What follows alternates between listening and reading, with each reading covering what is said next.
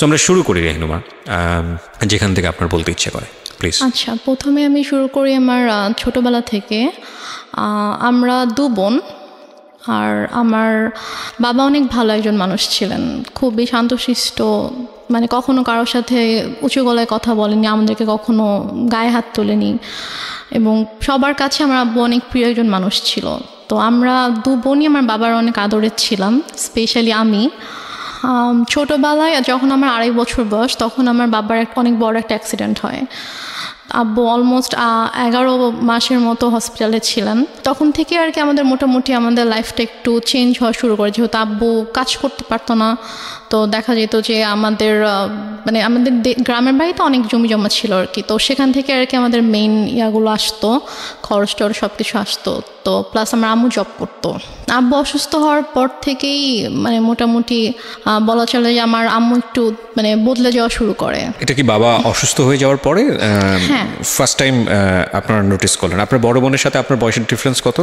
আমার আপুর সাথে আমার 6 বছরের পার্থক্য। তার মানে উনি হচ্ছেন রাইট নাও 30 এবং আপনি হচ্ছেন 24। ওকে, সো আপনি যখন 2.5 বছরে ছিলেন, আপনার বোন তখন বলা যেতে পারে 7 থেকে 8 বছর বয়স। 7-8 বছর এরকম। আচ্ছা, তো ওই সময় আপনার বাবা ফুললি হসপিটালাইজড? আব্বু ফুললি হসপিটালে। কি করতেন উনি, পেশায় কি ছিলেন? আব্বু অ্যাক্সিডেন্টের আগে ব্যাংকে জব করতেন। আচ্ছা, তো ওই সময় মা খারাপ আচরণ করা শুরু করল? মানে আপুই বেসিক্যালি আমাকে পেলেছে আর কি ছোটবেলা থেকে আমাকে, কারণ আম্মু বেশিরভাগ সময় হয়তো জবের কারণে বাইরে থাকতো, আব্বু সিক ছিল, সব দায়িত্ব আম্মুকেই নিতে হতো। ও, মাও তখন জব করতো? হ্যাঁ, আম্মু জব করতো। তো তখন থেকে আর কি আম্মু বাসায় আসলে দেখা যেত খুব অল্পতেই রেগে যেত, তারপর অনেক খারাপ ব্যবহার করতো। তো এগুলো নিয়ে আর কি আব্বুর সাথেও আম্মুর একটু ঝামেলা শুরু হয়ে যায় যে তুমি কেন বাচ্চাদের সাথে এরকম ব্যবহার করছো, এটা তো ঠিক করছো না তুমি। তো তখন থেকে আর কি বলা যায় যে আমাদের জীবনটা বদলে যাওয়া শুরু করে। আমরা অনেক হ্যাপি একটা ফ্যামিলি ছিলাম মোটামুটি।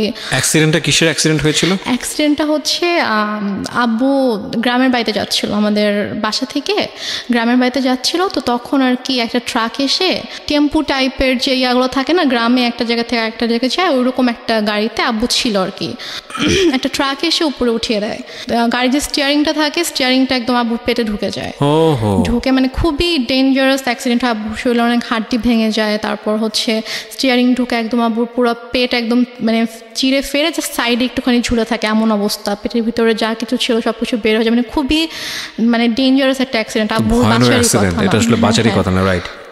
এখন আলহামদুলিল্লাহ আল্লাহ হায়াত দিয়েছিল জন্য আব্বু অ্যাক্সিডেন্টের পরে 14 বছরের মতো বেঁচে ছিল।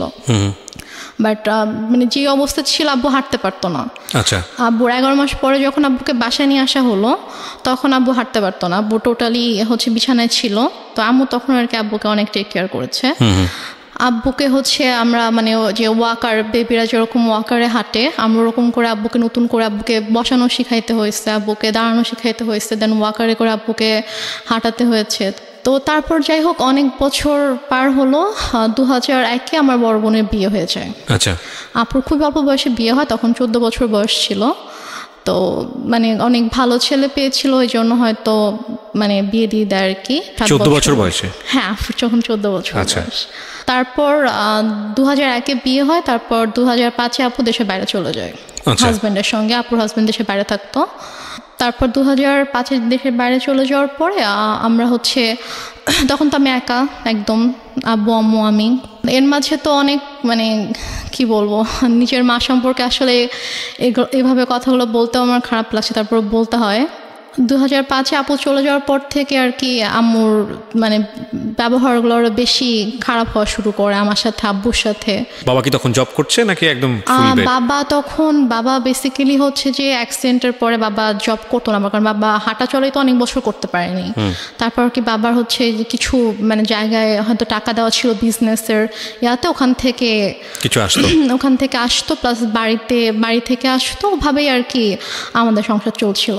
তারপর 2006 সালে আপনারা তখন কোথায়? আপনারা কি তখন ঢাকাতে নাকি? না, আমরা তখন ঢাকাতে না, আমরা তখন আমাদের বাড়িতে গেলেন কবে?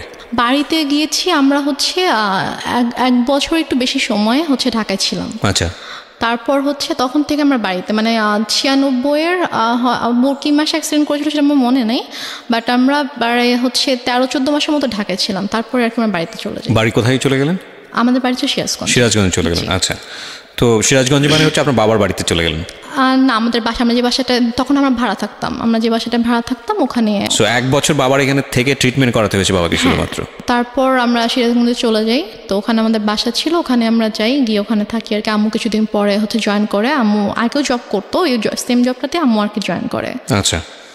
আর আব্বু হচ্ছে ওই টুকটাক মানে বেশি তো হাঁটাচলা করা নিষেধ ছিল, বলেছিল যে যতটা সম্ভব রেস্ট নিতে। তো আব্বু এরকম মানে জবে আর যাওয়া হয়নি, তো টুকটাক বিজনেস করতে ভাবে চলতো আর কি আমাদের। তো তারপর হচ্ছে 2006 সালে একটা ঘটনা আমি দেখি আর কি, মানে আমি ঘুমাচ্ছিলাম, তো ঘুম থেকে উঠে আমি যখন আম্মুর মানে বেডরুমের দিকে যখন আমি গেলাম, তো গিয়ে আর কি আমি খুবই আপত্তিজনক একটা আমি দেখি। সো তারপর থেকে আর কি আমার আম্মুর প্রতি আমার। আপনার বাবা কোথায় তখন? আমার আব্বু তখন বাইরে ছিল। বাইরে বলতে? বাইরে হচ্ছে আব্বু ওই ব্যবসার কাজে আব্বু বাইরে গিয়েছিল, একটা শপ ছিল ওখানে আব্বুর, তো ওই শপে গিয়েছিল আর কি। আচ্ছা। সো আপনি যে আপত্তিকর অবস্থাটা দেখলেন, এটা কি বেসিক্যালি আপনি ফার্স্ট টাইম নোটিস করলেন এরকম? হ্যাঁ, আমি ফার্স্ট টাইম নোটিস করলাম এরকম কিছু। তো তখন আপনি স্কুলে পড়েন? তখন আমি মেবি ক্লাস 7-এ পড়ি। ওকে, সো স্কুলে পড়েন, হাই স্কুলে পড়েন? স্কুলে পড়ি তখন আমি। তো তারপর ওটা দেখার পর থেকে আম্মু তো প্রচণ্ড ভয় পেতাম, মানে দেখা যেত যে আম্মু কিছু একটা বললে অথবা একটু জোরে কথা বললে আমি ভয় পেয়ে যেতাম, বুকের ভিতরে কাঁপুনি শুরু হয়ে যেত যে এখন কি হবে। তো তারপর ওই ঘটনাটার পর থেকে আমি জাস্ট রুমে ঢুকে যখন দেখেছি সাথে সাথে আমি রুম থেকে বের হয়ে গিয়েছি আর কি, আমি আমার রুমে চলে গিয়েছি। তো তার কিছুক্ষণ পরে আম্মু এসেছে আমার রুমে, তো এসে আমাকে বলছে যে যা দেখেছো সেটা যেন বাবাকে না বলা হয়, যদি বলো তাহলে কিন্তু তোমার খবর আছে। আচ্ছা, মা আপনাকে সবসময় এই ধরনের শাসনই করতো? শাসনই করলো বিষয়টা নিয়ে? আচ্ছা, শাসনই করলো। তারপর আমি তো আমি আগে বলেছি যে আমি প্রচণ্ড ভয় পেতাম আম্মুকে, তো আমি আর কিছু বলি না, বাবা আসার পরও কিছু বলি না। তো তারপর এভাবেই চলছিল। এরপরও আরও কয়েকবার আমি এরকম ঘটনা আমার চোখের সামনে হয়েছে, কারণ ওই দিনে আমি দেখার পর থেকে আসলে আম্মুরও একটা ভয় কেটে যায় যে হ্যাঁ আমি তো বাবাকে কিছু বলিনি, আমি কিছু বলবো না। তো আমার সামনে এরকম ঘটনা আরও অনেকবার হয়েছে, বাট আমি বাবাকে কিছু বলতে পারিনি আর কি। তো তারপরে গিয়ে আমরা 2007 সালে আমরা নিজেদের বাসা করি। তো সিরাজগঞ্জে, হ্যাঁ, নিজেদের বাসা করার পরে ওখানে আমরা শিফট হই। তো তারপর 2009 সালে হঠাৎ করে একদিন আমার আব্বু প্রচণ্ড অসুস্থ হয়ে যায়। মে মাসে 26 তারিখ ছিল, 25 তারিখ রাত 8টার দিকে হঠাৎ করে, তখন প্রচণ্ড ঝড় বৃষ্টির সময় ছিল, তো প্রচণ্ড বাইরে বৃষ্টি হচ্ছিল, ডক্টরের কাছে যাবো সেরকম সিচুয়েশন ছিল না। তো হঠাৎ করেই 9টা থেকে প্রচণ্ড ব্যথা শুরু হয়ে যায় আব্বুর। তো আমি ফোন করছিলাম হসপিটালে যে অ্যাম্বুলেন্স পাঠানো যাবে কিনা, তো ওরা বলতেছে আমাদের কাছে কোনো অ্যাম্বুলেন্স এখন নেই, কোথাও একটা অ্যাক্সিডেন্ট হয়েছিল তো ওখানে গিয়েছে সব অ্যাম্বুলেন্স আর কি, কোনো হসপিটালেই কোনো অ্যাম্বুলেন্স অ্যাভেলেবেল ছিল না। তো এদিকে মানে আমার মা কিন্তু পাশের রুমে ছিল, কিন্তু তাকে আমি বারবার ডাকছি যে আব্বু প্রচণ্ড খারাপ লাগছে, তুমি আসো, আমি তো কিছু বুঝতে পারছি না। বলছে আমি গিয়ে কী করবো, আমার কি করার আছে। তো এভাবে আর কি রাত কেটে যায়। প্রায় যখন 2:30 বাজে তখন আব্বু বলে যে আমার একটু ভালো লাগতেছে, তো তুমি তোমার রুমে যাও, গিয়ে ঘুমিয়ে পড়ো, আমরা সকাল হোক তখন আমরা ডক্টরের কাছে গিয়ে আমরা দেখিয়ে আসবো, চিন্তা করো না। বাট আমি বুঝতে পারছিলাম যে আব্বু আসলে আমাকে এমনি বলছে, কারণ আমি খুব টেনশন করছি, আমি আব্বুর পাশে বসে আছি, ইভেন আমি কান্নাও করছিলাম। তো তারপর আব্বু বললো যে তুমি রুমে যাও, গিয়ে ঘুমাও, আমি সকালে তোমাকে ডেকে দিব, তারপর আমরা ডক্টরের কাছে যাব। মানে আমার আব্বু এত কষ্ট পাচ্ছিল, আমি বারবার আম্মুর কাছে গিয়ে রিকোয়েস্ট করছিলাম যে তুমি একটু আসো, তুমি আব্বুকে দেখো, বাট আম্মু আসছিল না। তার আগে কি আপনার আব্বু আম্মুর মধ্যে কোনো ঝগড়া দেখেছেন? কোনো ঝগড়া হয়নি, কোনো ঝগড়া হয়নি। আমি তো আপনাকে প্রথমে বলেছি আমার আব্বু খুবই শান্ত একজন মানুষ ছিলেন, সে মানে কারোর সাথে কখনো কোনো ঝগড়া করতো না। লাইক আম্মু যদি কখনো রাগারাগিও করতো, চিল্লাফাল্লা করতো, আব্বু কিছু বলতো না, আব্বু চুপ হয়ে থাকতো। তারপর আমি আমার রুমে চলে যাই। তো হঠাৎ করে প্রায় 10-15 মিনিট পর আব্বু চিৎকার করে আমাকে ডাকে। তো আমি ছুটে আব্বুর রুমে যাই। তো রুমে যাওয়ার পরে দেখি যে আব্বু বলতেছে আমার খুব খারাপ লাগছে, তুমি আমাকে বারান্দায় নিয়ে যাও। আচ্ছা। তো আমি আব্বুর রুম থেকে আব্বুকে ধরে বারান্দায় নিয়ে আসি। তো আব্বু যখন থেকে ব্যথা শুরু হয় তখন থেকে আব্বু জাস্ট বুকে হাত দিয়ে রেখেছিল, যেখানে ব্যথা করছিল, আব্বু বসতে পারছিল না, শুতেও পারছিল না, আতশোয়া হয়েছিল বিছানায়। তো আমি আব্বুকে ধরে বারান্দায় নিয়ে যাওয়ার পরে আব্বুকে চেয়ারে বসিয়ে দিই। তো তারপর আব্বু বমি করে দেয়। তো বমি হচ্ছিল, তো মানে তখন আমি কান্না করতে করতে আম্মুর কাছে যাই যে আম্মু আসো, আব্বু তো বমি করছে, মরে যাক আমার কি, আমি পারবো না যেতে, আমাকে ডাকবা না। এটা আপনার মা বলে? আমার মা বলে। আচ্ছা। তখন আমি খুব কষ্ট পাই, কারণ মার্চে আমি বাবার খুব কাছে ছিলাম, বাবাকে প্রচণ্ড ভালোবাসতাম। এখানে একটা বিষয় বলি প্রিয় শ্রোতা, আমি বারবারই বলছি, আজকে যে ধরনের ডিসক্লেমার আমরা দিয়েছি সেই ডিসক্লেমারের জায়গায় আমার আরও বেশ কয়েকটা কথা বলার আছে আজকের অনুষ্ঠানে। আজকেই ওর যে গল্পটা, সেই গল্পের পুরোটা জুড়েই থাকবে ওর মাকে নিয়ে বলা অনেক কষ্টজনক অনেক কথাবার্তা। আমাদের সমাজে কিংবা আমাদের পুরো পৃথিবীতে যদি বলি, মা হচ্ছেন এমন একটি ক্যারেক্টার, মা হচ্ছেন এমন একটি স্বর্গীয় গিফট সন্তানের জন্যে, যেখানে কোনো লজিকই খাটে না। মা যা মা তাই, এখানে অন্য কোনো কিছু বলার সুযোগ নেই। সুতরাং আজকের এই পার্টিকুলার বিষয়কে কেন্দ্র করে আপনি আইদার পজিটিভ আইদার নেগেটিভ কোনো কিছুই ভাববেন না মার এই বিষয়টাকে নিয়ে। আমি বারবার আপনাদেরকে সতর্ক করছি, আপনারা বরং ভাবুন এটা যে একটা মেয়ে পরিবারে এই ধরনের পরিবেশের মধ্যে বড় হয়ে সে আজকে কোথায় দাঁড়িয়ে আছে, কিভাবে ফাইট করছে। কারণ এই পার্টিকুলার একটা মাকে দিয়ে সমাজের অন্য সকল মাকে চিন্তা করার কোনো সুযোগ নেই। চিন্তা করতে গেলে আপনার এই গল্পটাকে ফেক মনে হবে, এক। আর দুই নম্বর যেটা, সেটা হচ্ছে আপনি চিন্তা করতে গেলে ভয়ানক রকমের কষ্ট পাবেন। তবে হ্যাঁ, আমি ডেফিনেটলি শিওর যে আজকের এই গল্প শুনে অনেকেই হয়তো বা তার নিজের জীবনের গল্পটা খুঁজে পাবেন। কারণ এই ধরনের বিষয়গুলো মিডিয়াতে এত বড় হাইলাইট করা, এত বড় স্পেস দিয়ে মানুষকে সচেতন করা, মানুষকে ইন্সপায়ার করা, এটা আসলে রেডিওতেই ফার্স্ট হয়েছে। সো সেই জায়গা থেকে আমাদের জন্য এটা অনেক বড় একটা চ্যালেঞ্জ। আমি বারবার ইন্টারাপ্ট করছি আপনাদেরকে এই একটা জিনিস বোঝানোর জন্যে, গল্পের ক্যারেক্টারের কোনো পার্টিকুলার বিষয় যেটা আপনার মধ্যে নেগেটিভ কনসিকুয়েন্স তৈরি করে ওটাকে ফোকাস না করে বরং এই মেয়েটার স্ট্রাগলটাকে ফোকাস করবেন প্লিজ। ওকে, হ্যাঁ। তারপর আমি মাকে ডাকতে চাইনি। তো তারপর আব্বু পরপর 3 বার বমি করেছে। তো বমি করার পরে তারপর আব্বুকে নিয়ে আবার রুমে নিয়ে গিয়ে বিছানায় শুয়ে দিলাম। তারপর আব্বু আমাকে মানে হাত জোড় করে মানে আমাকে বলছে যে আমাকে মাফ করে দিও। আমি বলছি তুমি এভাবে কেন কথা বলছো? বলছে যে আমি তোমার জন্য কিছুই করতে পারলাম না। মানে আমি তখন এতটাই মানে আমি তো কিছু বুঝতাম না তখন। আমি যদি এখন যদি থাকতাম ওই সিচুয়েশনে, আমি হয়তো বুঝতে পারতাম যে আব্বু হয়তো আর বেশিক্ষণ থাকবে না, এই জন্য ওইভাবে বলছে। বাট তখন আমি বুঝিনি আসলে।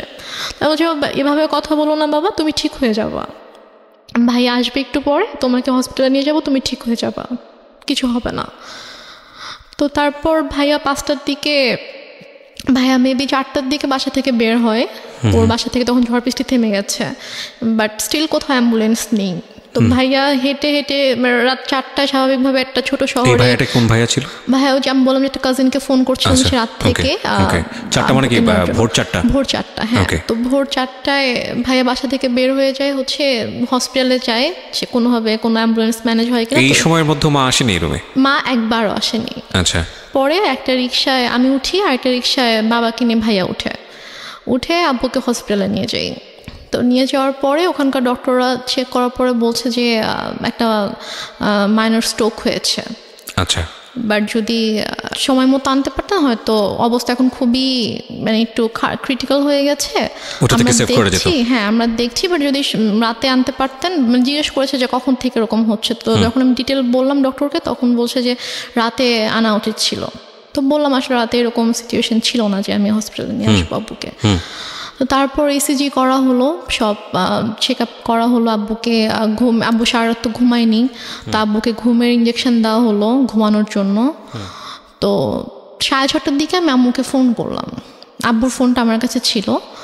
তো আমি আম্মুকে ফোন করলাম যে আম্মু এই ঘটনা, আব্বুর তো স্ট্রোক হয়েছে, তো ডক্টর এটা বলেছে। তো বলতেছে যে তুমি আমাকে কেন ফোন দিয়েছো, তোমার বাবা তুমি দেখো, আমাকে কেন বারবার ফোন দিয়ে বলতেছো। বলছে যে আম্মু আমি একা একা এখানে কী করবো, তুমি আসবা না? বলতেছে যে না আমি আসতে পারবো না। এখন টাকা পয়সার একটা ব্যাপার ছিল, কারণ আমি আসার সময় তো আমি কোনো টাকা পয়সা নিয়ে আসিনি। ভাইয়া আর কি হসপিটাল মেডিসিন যা কিছু লেগেছে ভাইয়া এনেছে। তো তারপর আমি আমাকে বললাম যে আমার তো টাকা লাগবে, হসপিটালে তো টাকা লাগবে। তো টাকা লাগবে, তুমি তোর বাবাকে বলো কোথায় টাকা রেখেছে, এসে নিয়ে যাও, আমি কিছু জানি না, আমাকে আর ফোন দিবা, আমাকে বিরক্ত করবা না। তো তারপর আমি আর মাকে ফোন দিই না, আমি আমার চাচুকে ফোন দিই। আমার ছোটো চাচু আমাদের বাসা থেকে 15 মিনিটের দূরত্বে থাকতো। তো চাচুকে ফোন দিয়ে বলি যে চাচু আব্বু তো এরকম হসপিটালে, তো আপনি আসেন।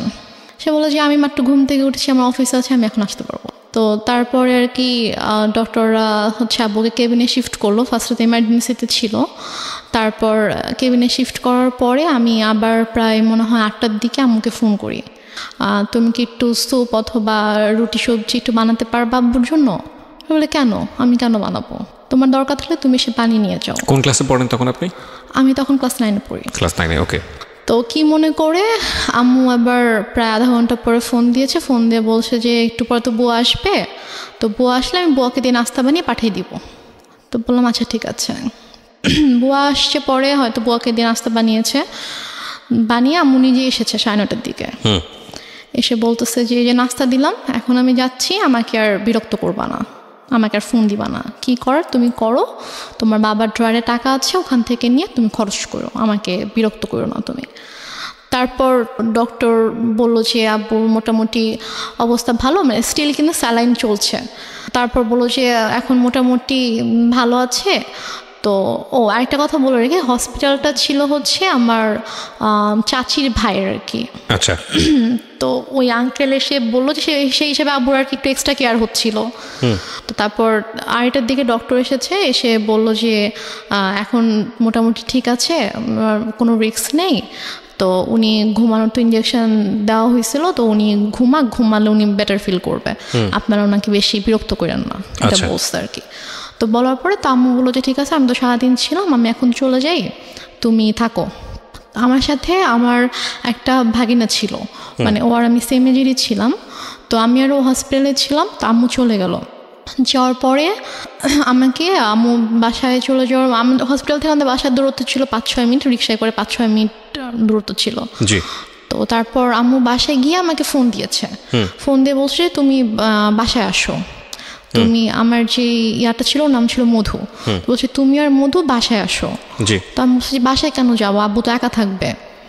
তো বলছে যে সমস্যা নেই, তুমি আসো, তোমার বড় খালামণি যাচ্ছে। আচ্ছা। তো আমি বললাম যে বড় খালামণি কেন আসবে, বড় খালামণিকে দেখলে তো আব্বু রেগে যাবে। মানে আমার বড় খালামণির সাথে আব্বুর একটু সমস্যা ছিল। আচ্ছা। সমস্যা ছিল বলতে যে মানে বড় খালামণির মানে বিহেভিয়ারের জন্য আব্বু বড় খালামণিকে পছন্দ করতো, এটা অ্যাভয়েড করতো আর কি। আচ্ছা। তো বললো যে আব্বু যদি রেগে যায় তখন তো আব্বুর জন্য তো এটা মানে খারাপ হতে পারে। লাইক যে যাকে পছন্দ করে না, ঘুম থেকে অসুস্থ অবস্থায় যদি উঠে তাকে দেখে, তখন তো স্বাভাবিকভাবে তার খারাপ লাগবে। যে মানুষ তো চায় যে অসুস্থ থাকুক, তার প্রিয় মানুষগুলো তার পাশে থাকুক। জি। তো তারপর আমি বলি যে না, আমি আসবো না। তারপর আমাকে আম্মু মানে অনেক ফোর্স করে যে তুমি এখনই আসবা, এবং তোমার চিন্তা করার কিছু নেই, তোমার বড় খালামণি আব্বুকে টেক কেয়ার করবে, তারপর তুমি বাসায় থাকবা, আমি আবার ফ্রেশ হয়ে আমি যাব হসপিটালে। আমি এর মধ্যে বড় খালামণি চলে আসে। বড় খালামণির সাথে ছিল আমাদের একটা মামা, আম্মুর কাজিন ছিল। ওনারা আসার পরে আমি বাবা ঘুমাচ্ছিল, তো আমি গিয়ে বাবার কাছে গেলাম। তো গিয়ে বাবার মাথায় হাত রেখে আমি বললাম, বাবা তুমি কি ঘুমাচ্ছ? আব্বু একটু করে চোখ খুলেছে।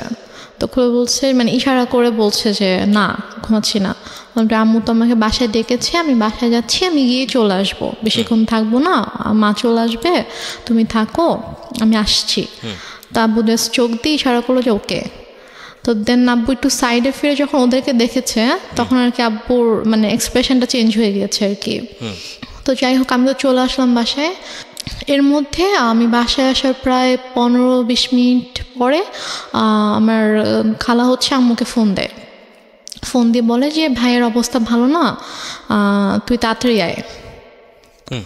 তা আমি শুনে বলতেছি যে আমি তো মাত্র দেখে আসলাম যে আব্বু চুপচাপ শুয়েছিল, আর ডক্টরও বলে গিয়েছে যে এখন ঠিক আছে, তো হঠাৎ করে কেন অসুস্থ হয়ে গেল? বলছে তো আমি জানি না, ঠিক আছে আমি গিয়ে দেখছি। তা আমি বললাম যে আমিও যাব, তোকে যেতে হবে না, তুই ফ্রেশ হয়ে খেয়ে দে তারপর আয়। ওকে। তো আমি অনেকবার রিকোয়েস্ট করলাম আম্মুকে যে আম্মু প্লিজ আমি যাই, আমি তোমার সঙ্গে যাই। বলছে না তুই যাবি না, তুই থাক, আমি যাচ্ছি। তো আম্মু চট করে রেডি হয়ে আম্মু গেল। তো আম্মু মেবি 3:30টার দিকে হসপিটালে গিয়েছে। তো যাওয়ার পরে আমি ফোন দিচ্ছি, ফোন ধরছে না। আমি ফোন দিচ্ছিলাম যে কি হয়েছে, এখন কি অবস্থা, আব্বু ঠিক আছে কি না। তো যাই হোক, আমি মাত্র খেতে বসেছিলাম আর কি।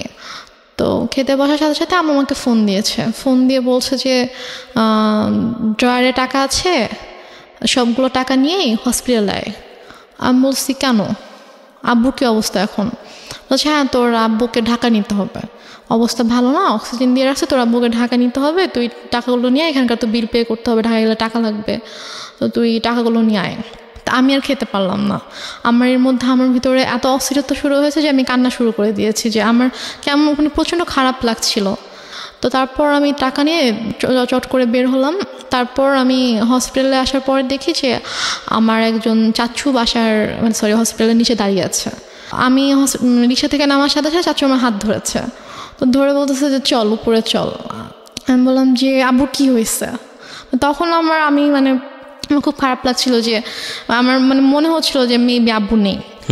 তাই আমি বলছি সত্যি করে বল আব্বুর কী হয়েছে? তো আব্বুর কেবিন ছিল হচ্ছে 3 তলায়। তো দেন আমি গেলাম, তো চাচু পুরোটা সময় আমার হাত ধরে আছে। 3 তলাতে যাওয়ার পরে দেখি যে আব্বুর কেবিনের দরজাটা খোলা, দরজার সামনে অনেক মানুষ।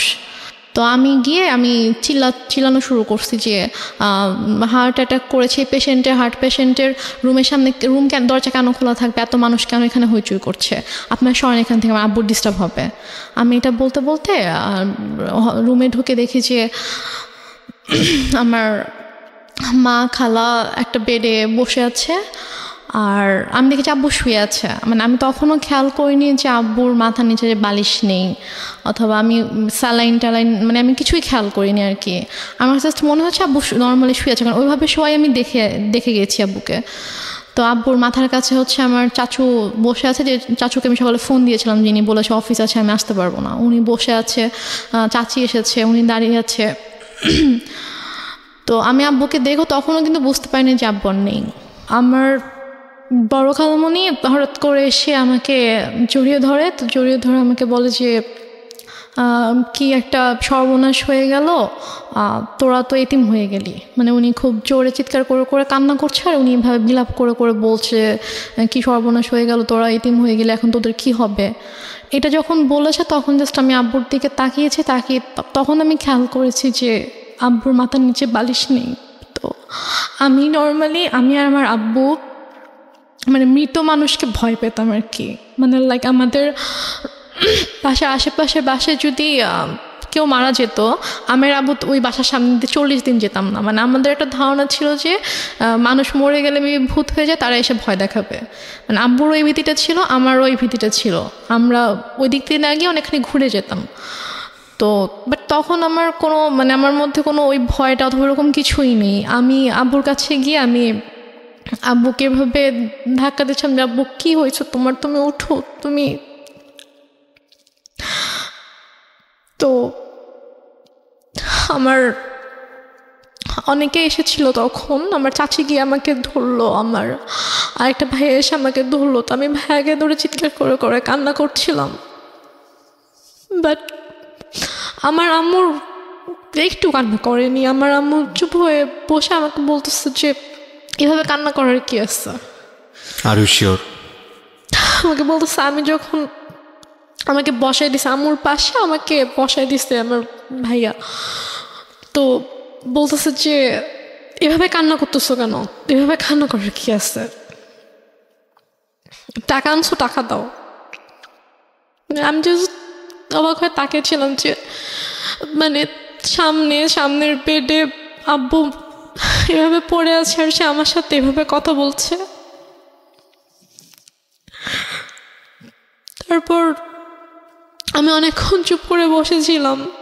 তারপর আমার সাথে ব্যাগ ছিল, নিজেই আম্মু ব্যাগটা নিল, নিয়ে যে ভাইয়াটা সকালে আব্বুকে হসপিটালে নিয়ে আসছে ওকে বললো যে যা গিয়ে বিল পে করে হসপিটালে ঝামেলা শেষ করে একটা অ্যাম্বুলেন্স ঠিক কর, নিয়ে যেতে হবে। তো এর মাঝে আমার আপু ফোন করছে, আপু ঘুমায়-ছিল, তো ঘুম থেকে উঠতে পরে ভাইয়া যখন বলছে যে আব্বু অসুস্থ হসপিটালে, তুমি আমাকে ফোন করো। আমার পাশে বসে ফোন ধরে বলতেছে যে তোমার আব্বুকে ঢাকায় নিয়ে যাচ্ছি আমরা। না, সেটা হয়তো আপনি ইজিলি ব্যাক করতে পারেন, সেই জন্যই সে বলেছে, পরে হয়তো সময় নিয়ে বলবে। আমি বলি এটা কেন বলেছে আমি শুনলে বুঝতে পারবেন। তো তারপর হসপিটালে আমিও গেলাম ভাইয়ার সাথে ফর্মালিটিস করতে। তো ও টাকা পে করার পরে তো ওদের আব্বুর যেটা ফাইল ছিল, লাইক হচ্ছে সকাল থেকে হচ্ছে যে টেস্টগুলো হয়েছে, প্রেসক্রিপশনস, এগুলোর একটা ফাইল থাকে। তো প্লাস হচ্ছে দুপুরে হচ্ছে ডক্টর রেফার করে দিয়েছিল ঢাকায় যে হসপিটালের ডক্টরের কাছে, মানে সব পেপারসের যে একটা ফাইল ছিল। তো হসপিটাল থেকে নর্মালি বিল পে করার পর ওই ফাইলটা তো দিবে। তো ভাইয়া যখন জিজ্ঞেস করেছে যে ফাইল কোথায়, তখন বলছে যে ফাইল তো এসে নিয়ে গিয়েছে। বলছে যে ফাইল কে নিয়ে গিয়েছে, আমরা তো কেউ ফাইল নিইনি।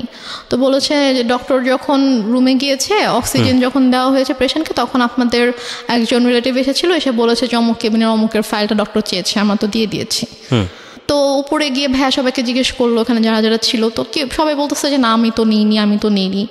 তো ফাইলটা যাই হোক পাওয়া গেল না। তারপর অ্যাম্বুলেন্সে করে আব্বুকে আমাদের বাসায় নিয়ে আসা হলো।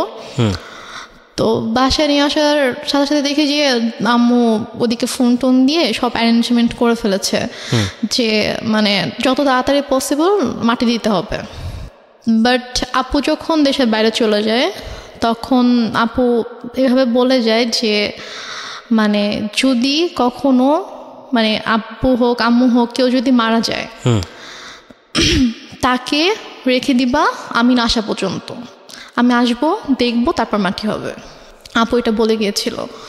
তো আপুর শ্বশুর বাড়িতে যখন জানানো হয় যে আব্বু মারা গেছে, তখন বলে যে ঠিক আছে আমরা আসছি, আপনারা ওখানে সব কিছু ঠিকঠাক করেন, ওনাকে গোসল করেন, তারপর আমরা ঢাকায় নিয়ে এসে ওনাকে মানে আপু শ্বশুর বাড়িতেও এটা জানতো, কারণ আপু শ্বশুর বাড়িতেও সেম কথাটাই বলেছে যে শ্বশুর শাশুড়ি ছিল।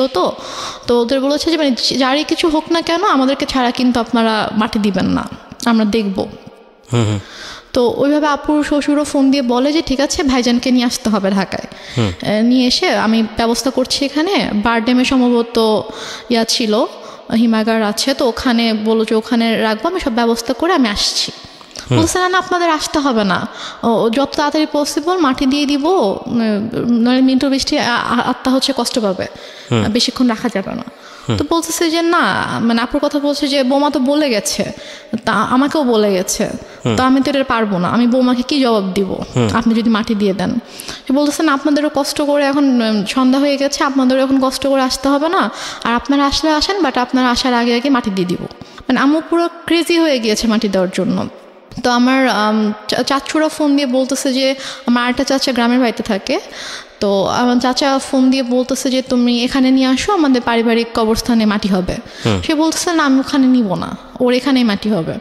তো এগুলো নিয়ে আম্মু খুবই মানে রীতিমতো ঝগড়া করতেছে অনেক। আম্মু কিন্তু স্টিল মানে এক ফোঁটাও কান্না করেনি, একটুও কান্না করেনি। তো সে আমার চাচার সাথে ফোনে ঝগড়া করতেছে যে না আমি এখানে মাটি দিব, আপনাদের যদি দেখতে ইচ্ছা করে আপনারা এখানে আসেন, এসে দেখে যান।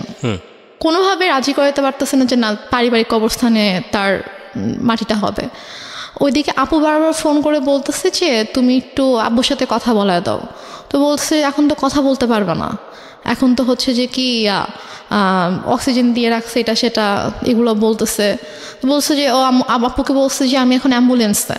তো বলছে ঠিক আছে আব্বু কথা বলতে না পারলেও সমস্যা নেই, তুমি আব্বুর কানের কাছে ফোনটা নাও, আমি আব্বুর সাথে কথা বললে আব্বু বেটার ফিল করবে, আব্বুর ভালো লাগবে আমার ভয়েস শুনলে। সে বলতেছে না এখন না, আমি হসপিটালে যাই, তোমার সাথে কথা বলে দিব। তো এভাবে ওদিকে আপুকে এভাবে হ্যান্ডেল করতেছে, তারপর হচ্ছে আমার চাচার সাথে ঝগড়া করতেছে এবং মাটি দেওয়ার জন্য খুবই পাগল হয়ে গেছে। মানে আপনার কথা অনুযায়ী যদি আপনি সবকিছু মেনে নেই, তাহলে বলতে হবে যে সে এককভাবে সিদ্ধান্ত নিচ্ছে, একটা স্বেচ্ছাচারী আচরণ যেটাকে বলে, সে কারো কথাই শুনছে না। লাইক একজন মহিলার যে হাজবেন্ড মারা গেলে তার যেরকম বিহেভিয়ার থাকা উচিত ওরকম কিছু ছিল না আমার মাঝে। অনেক বেশি ডেসপারেট ছিল to establish her decision. Yeah exactly. Okay. তো তারপর সবাই বুঝায় যে এরকম করার কিছু নেই, আপনি একটু শান্ত হন, যেহেতু তার বাবা মা ভাই সবার কবর ওখানে, সো ওনার ভাইরাও চাচ্ছে, ওনাদের কথাটা আপনাকে মানতে হবে। তো সবাই বোঝানোর পরে গিয়ে উনি আর কি বলে আচ্ছা ঠিক আছে। দেন আব্বুকে গোসল করানো হয়, করানোর পরে রাত 8টার দিকে সম্ভবত অথবা 8টার পরে আব্বুকে একটা ট্রাক নিয়ে আসা হয়। মানে আমাদের বাসা থেকে আমার দাদুর যে গ্রাম 1 ঘন্টার দূরত্ব ছিল আর কি। জি। তো ওখানে তারপর আমরা যাওয়ার জন্য মাইক্রো ট্রাক সব কিছু অ্যারেঞ্জ করা হয়। তো আমি বলি যে আমি যাবো, বলেন তোমাকে যেতে হবে না, আমাকে বাসায় রাখে। আর বাসায় আমার ছোটো খালামুনি ছিল, আরও কে ছিল, তো ওদের কাছে আমাকে রেখে যায়।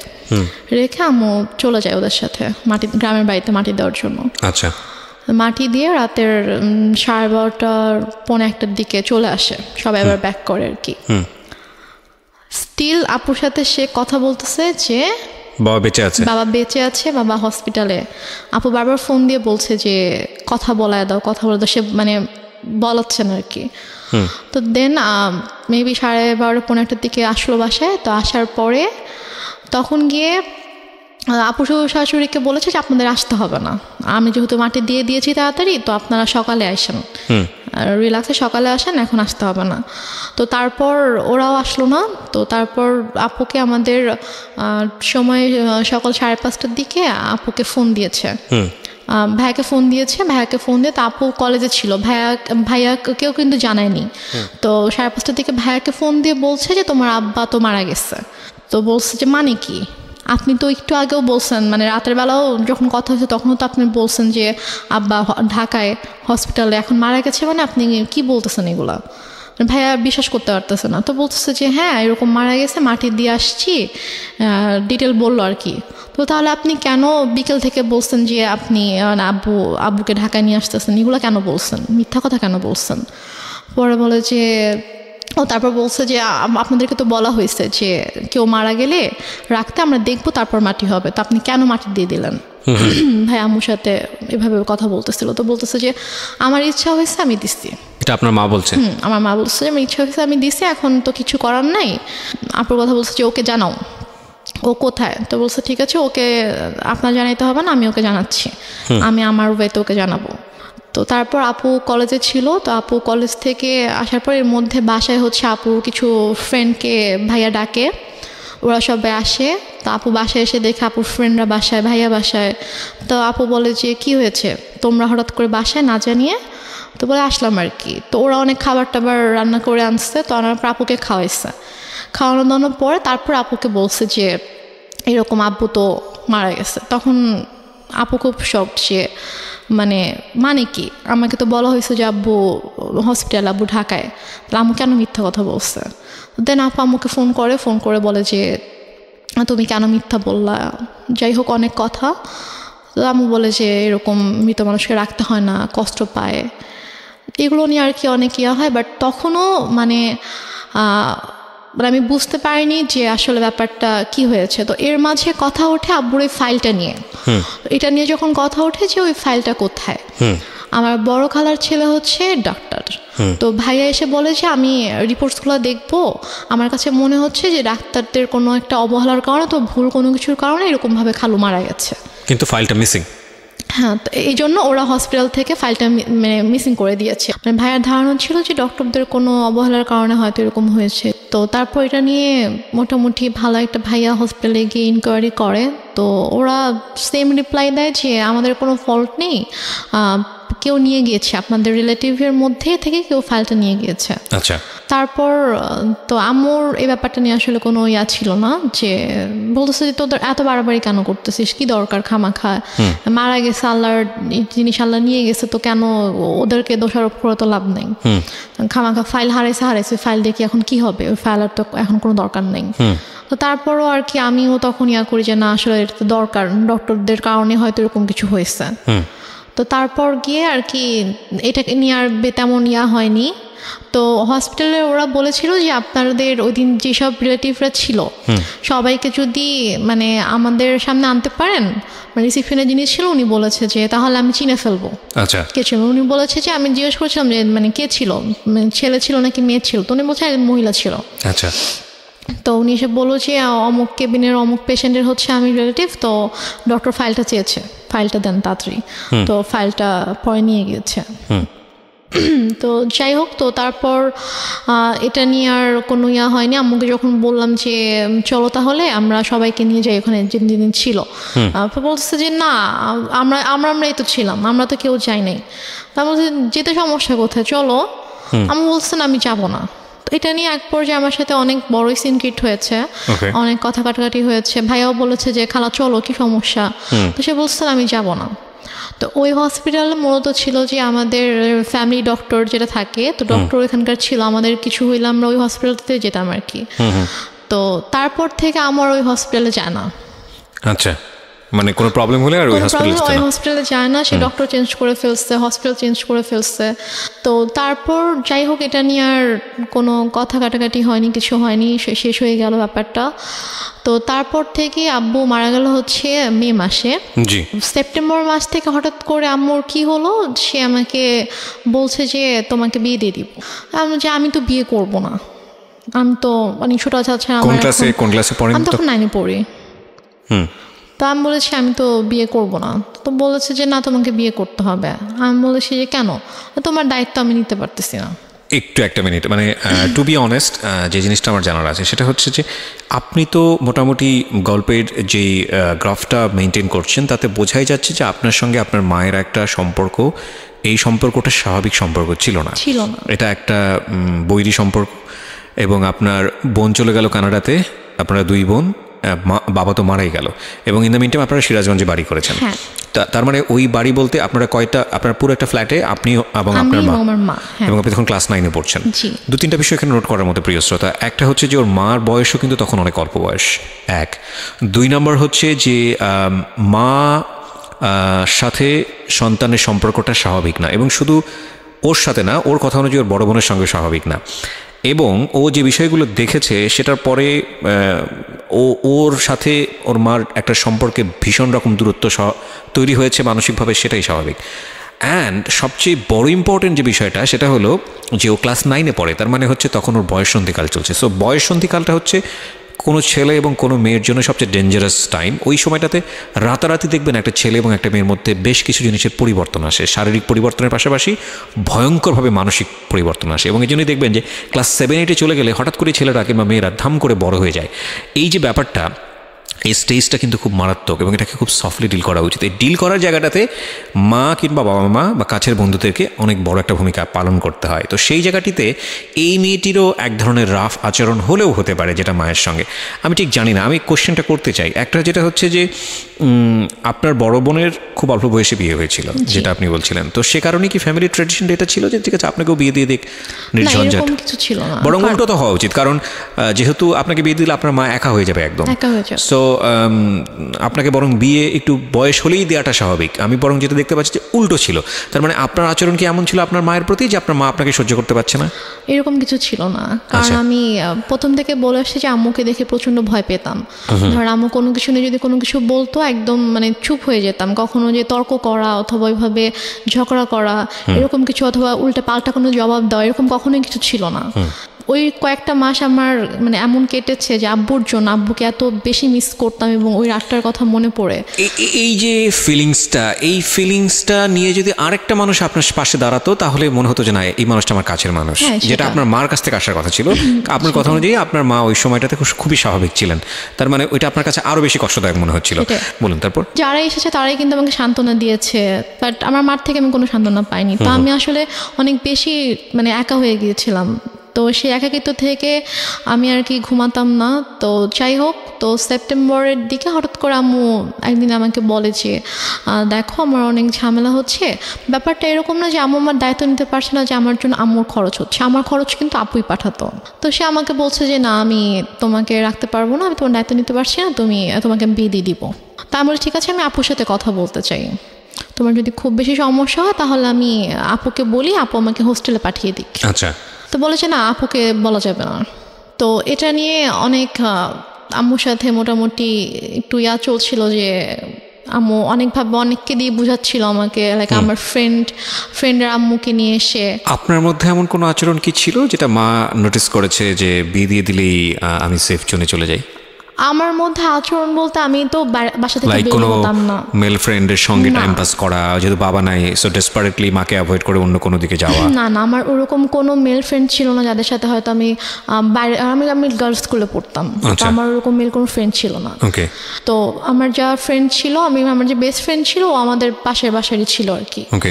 ও আরেকটা কথা বলি যে আমরা যে এলাকাটায় বাসা করেছিলাম ওইখানে আমার জন্ম হয়, মানে আমার যখন জন্ম হয় তখন আমরা ওই এলাকাতেই থাকতাম, বাট ভাড়া থাকতাম। তো পরবর্তীতে গিয়ে আমরা ওখানে বাসা করেছিলাম। জি। তো আমার যে ছোটবেলার বন্ধুগুলো ছিল তো ওরা ওখানকারই ছিল, তো সেই হিসাবে জাস্ট ওদের আম্মুকে নিয়ে এসে আম্মু আমাকে বুঝাচ্ছিল যে বিভিন্নভাবে মোটিভেট করার চেষ্টা করছিল। করার চেষ্টা করছিল। তো এর মাঝে যেটা হয় যে অক্টোবর মাসে আমার দুঃসম্পর্ক আত্মীয় হঠাৎ করে আম্মু বলে যে ওরা আসবে। আম্মু অনেক আয়োজন করতেছিল, বাজার টাজার করছে, রান্না করতেছে, তারপর আন্টি আসছে, মানে আমার বান্ধবীর মা আসছে, বোন আসছে। তো বাসার মধ্যে একটা উৎসবের মতো একটা ব্যাপার যে অনেক রান্না বান্না হচ্ছে, সব গুছাচ্ছে। তো আমি তখনও বুঝতে পারিনি যে গেস্টগুলো কারা অথবা কেন আসছে, মানে আপনাকে দেখতে আসছিল। এক্স্যাক্টলি। তো তারপর তারা আসলো, আসার পরে আমাকে তাদের সামনে, আমি তো যাবই না, কোনোভাবেই যাব না, আমাকে জোর করে নিয়ে গেল। তো নিয়ে যাওয়ার পরে তো আমি গিয়ে যখন দেখলাম যে কে ছেলে, কারণ আমি হচ্ছে আমাদের বললাম যে দুঃসম্পর্ক আত্মীয় ছিল, তো আমি ছেলের বড় ভাইকে চিনতাম, আমাকে মামা বলে রাখতাম। জি। তো তারই ভাই, সে সিঙ্গাপুরে থাকতো এবং সে অনেক টাকা পয়সার মালিক ছিল। এবং ছেলেটা মানে মানুষের সবাই আল্লাহর সৃষ্টি, কারো চেহারা নিয়ে খারাপ কথা বলতে চায় না, তো বলতেও হয় না। তারপর আমি জাস্ট বলছি যে ছেলেটা অনেকটা লম্বা ছিল, লাইক সে দেখতে এক কথায় যে সে জাস্ট নিগ্রোদের মতো ছিল, নিগ্রোদের যেরকম অনেক কালো হয়, যে ওরা দেখতে যেরকম হয় এক্স্যাক্টলি দেখতে ওরকম ছিল অনেকটা।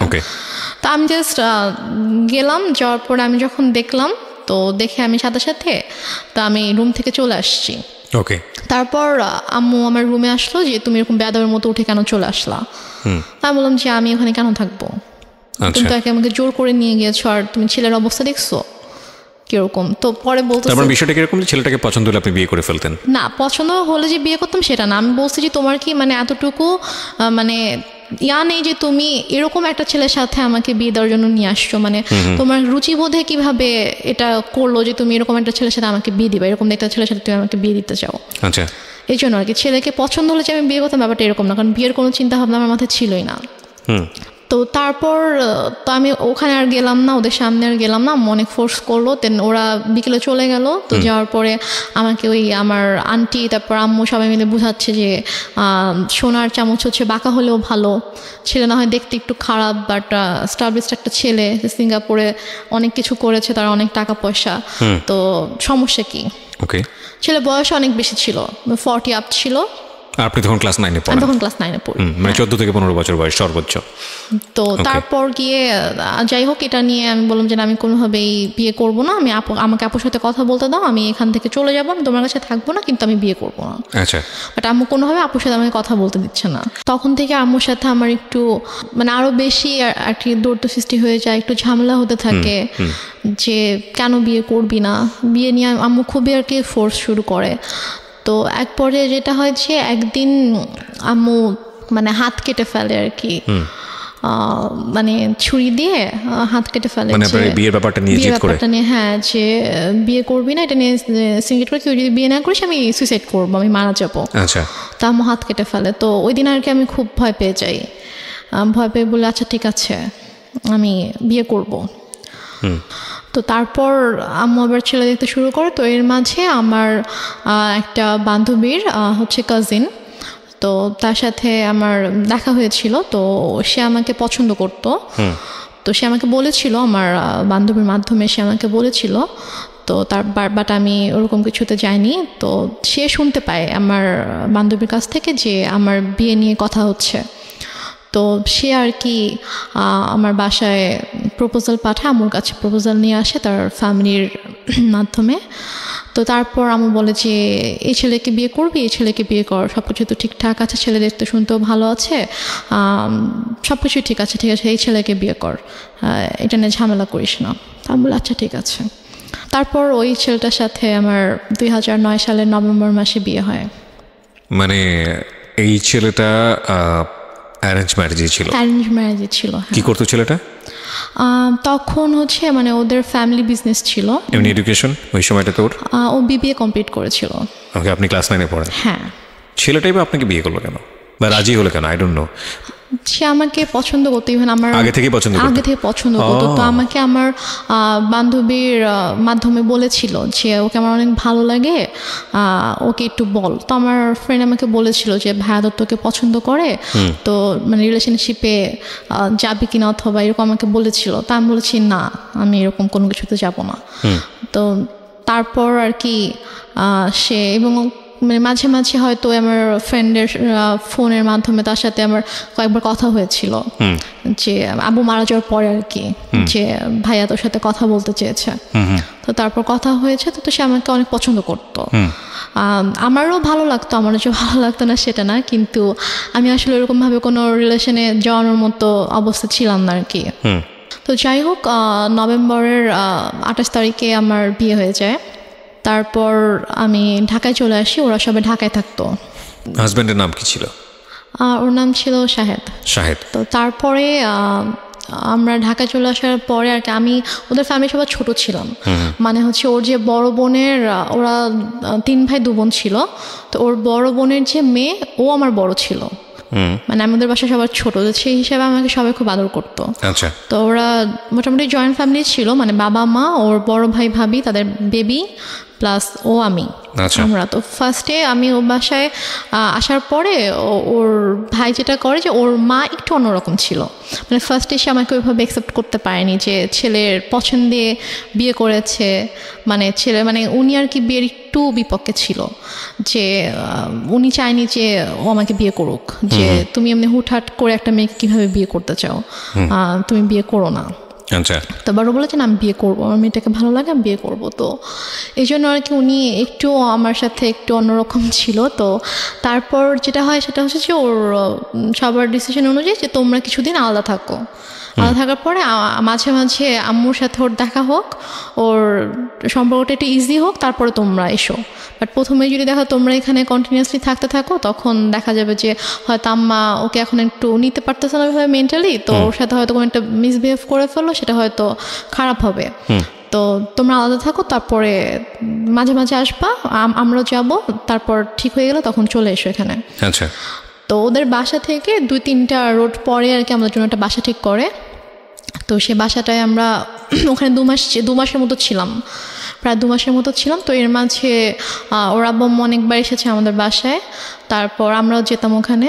তো দেখা যায় ওনার সাথে আমি শপিংয়ে যেতাম, আম্মুর সাথে, শাশুড়ি মায়ের সাথে। তো ওনার সাথে আমার মোটামুটি ভালো একটা সম্পর্ক হয়ে যায় আর কি। তারপর উনি বলে ঠিক আছে তোমরা বাসায় চলে আসো। আচ্ছা। তারপর আমরা বাসায় চলে আসি সম্ভবত জানুয়ারি শেষের দিকে। তো বাসায় চলে আসার পরে তার মোটামুটি ভালোই কাটছিল। ওদের বাসার সবাই আমাকে খুব আদর করতো, যে আমি সবার ছোট ছিলাম, অনেক আদরের ছিলাম সবার। তারপর এর মাঝে যেটা হয় সেটা হচ্ছে যে আম্মু হঠাৎ করে প্রবলেম ক্রিয়েট করতে থাকে। আমার আম্মু প্রবলেম ক্রিয়েট করতে থাকে বলতে যে আমাকে ফোন করতো, অথবা আমার হাজব্যান্ডকে ফোন করতো, ফোন করে হয়তো চিল্লাফাল্লা করতেছে, আসো তুমি, আসতেছো না কেন, আমাকে বারবার ডাকতো। তো আমি ঠিক আছে আমি তো আসবো, সমস্যা নেই আমরা আসবো। তো আমরা এর মাঝে গিয়ে একবার ঘুরেও এসেছিলাম। আচ্ছা। তো সিরাজগঞ্জ থেকে ঘুরে এসেছিলাম। তো তারপরে সে হঠাৎ করে একদিন বলতেছে যে তুমি একবারে চলে আসো। বলছে আমি একবারে কেন চলে আসবো? বলতেছে যে না, এই ছেলের সাথে তোমার থাকতে হবে না। আমি বলছি যে মানে কি, আমি এই ছেলের সাথে কেন থাকবো না, কি হয়েছে?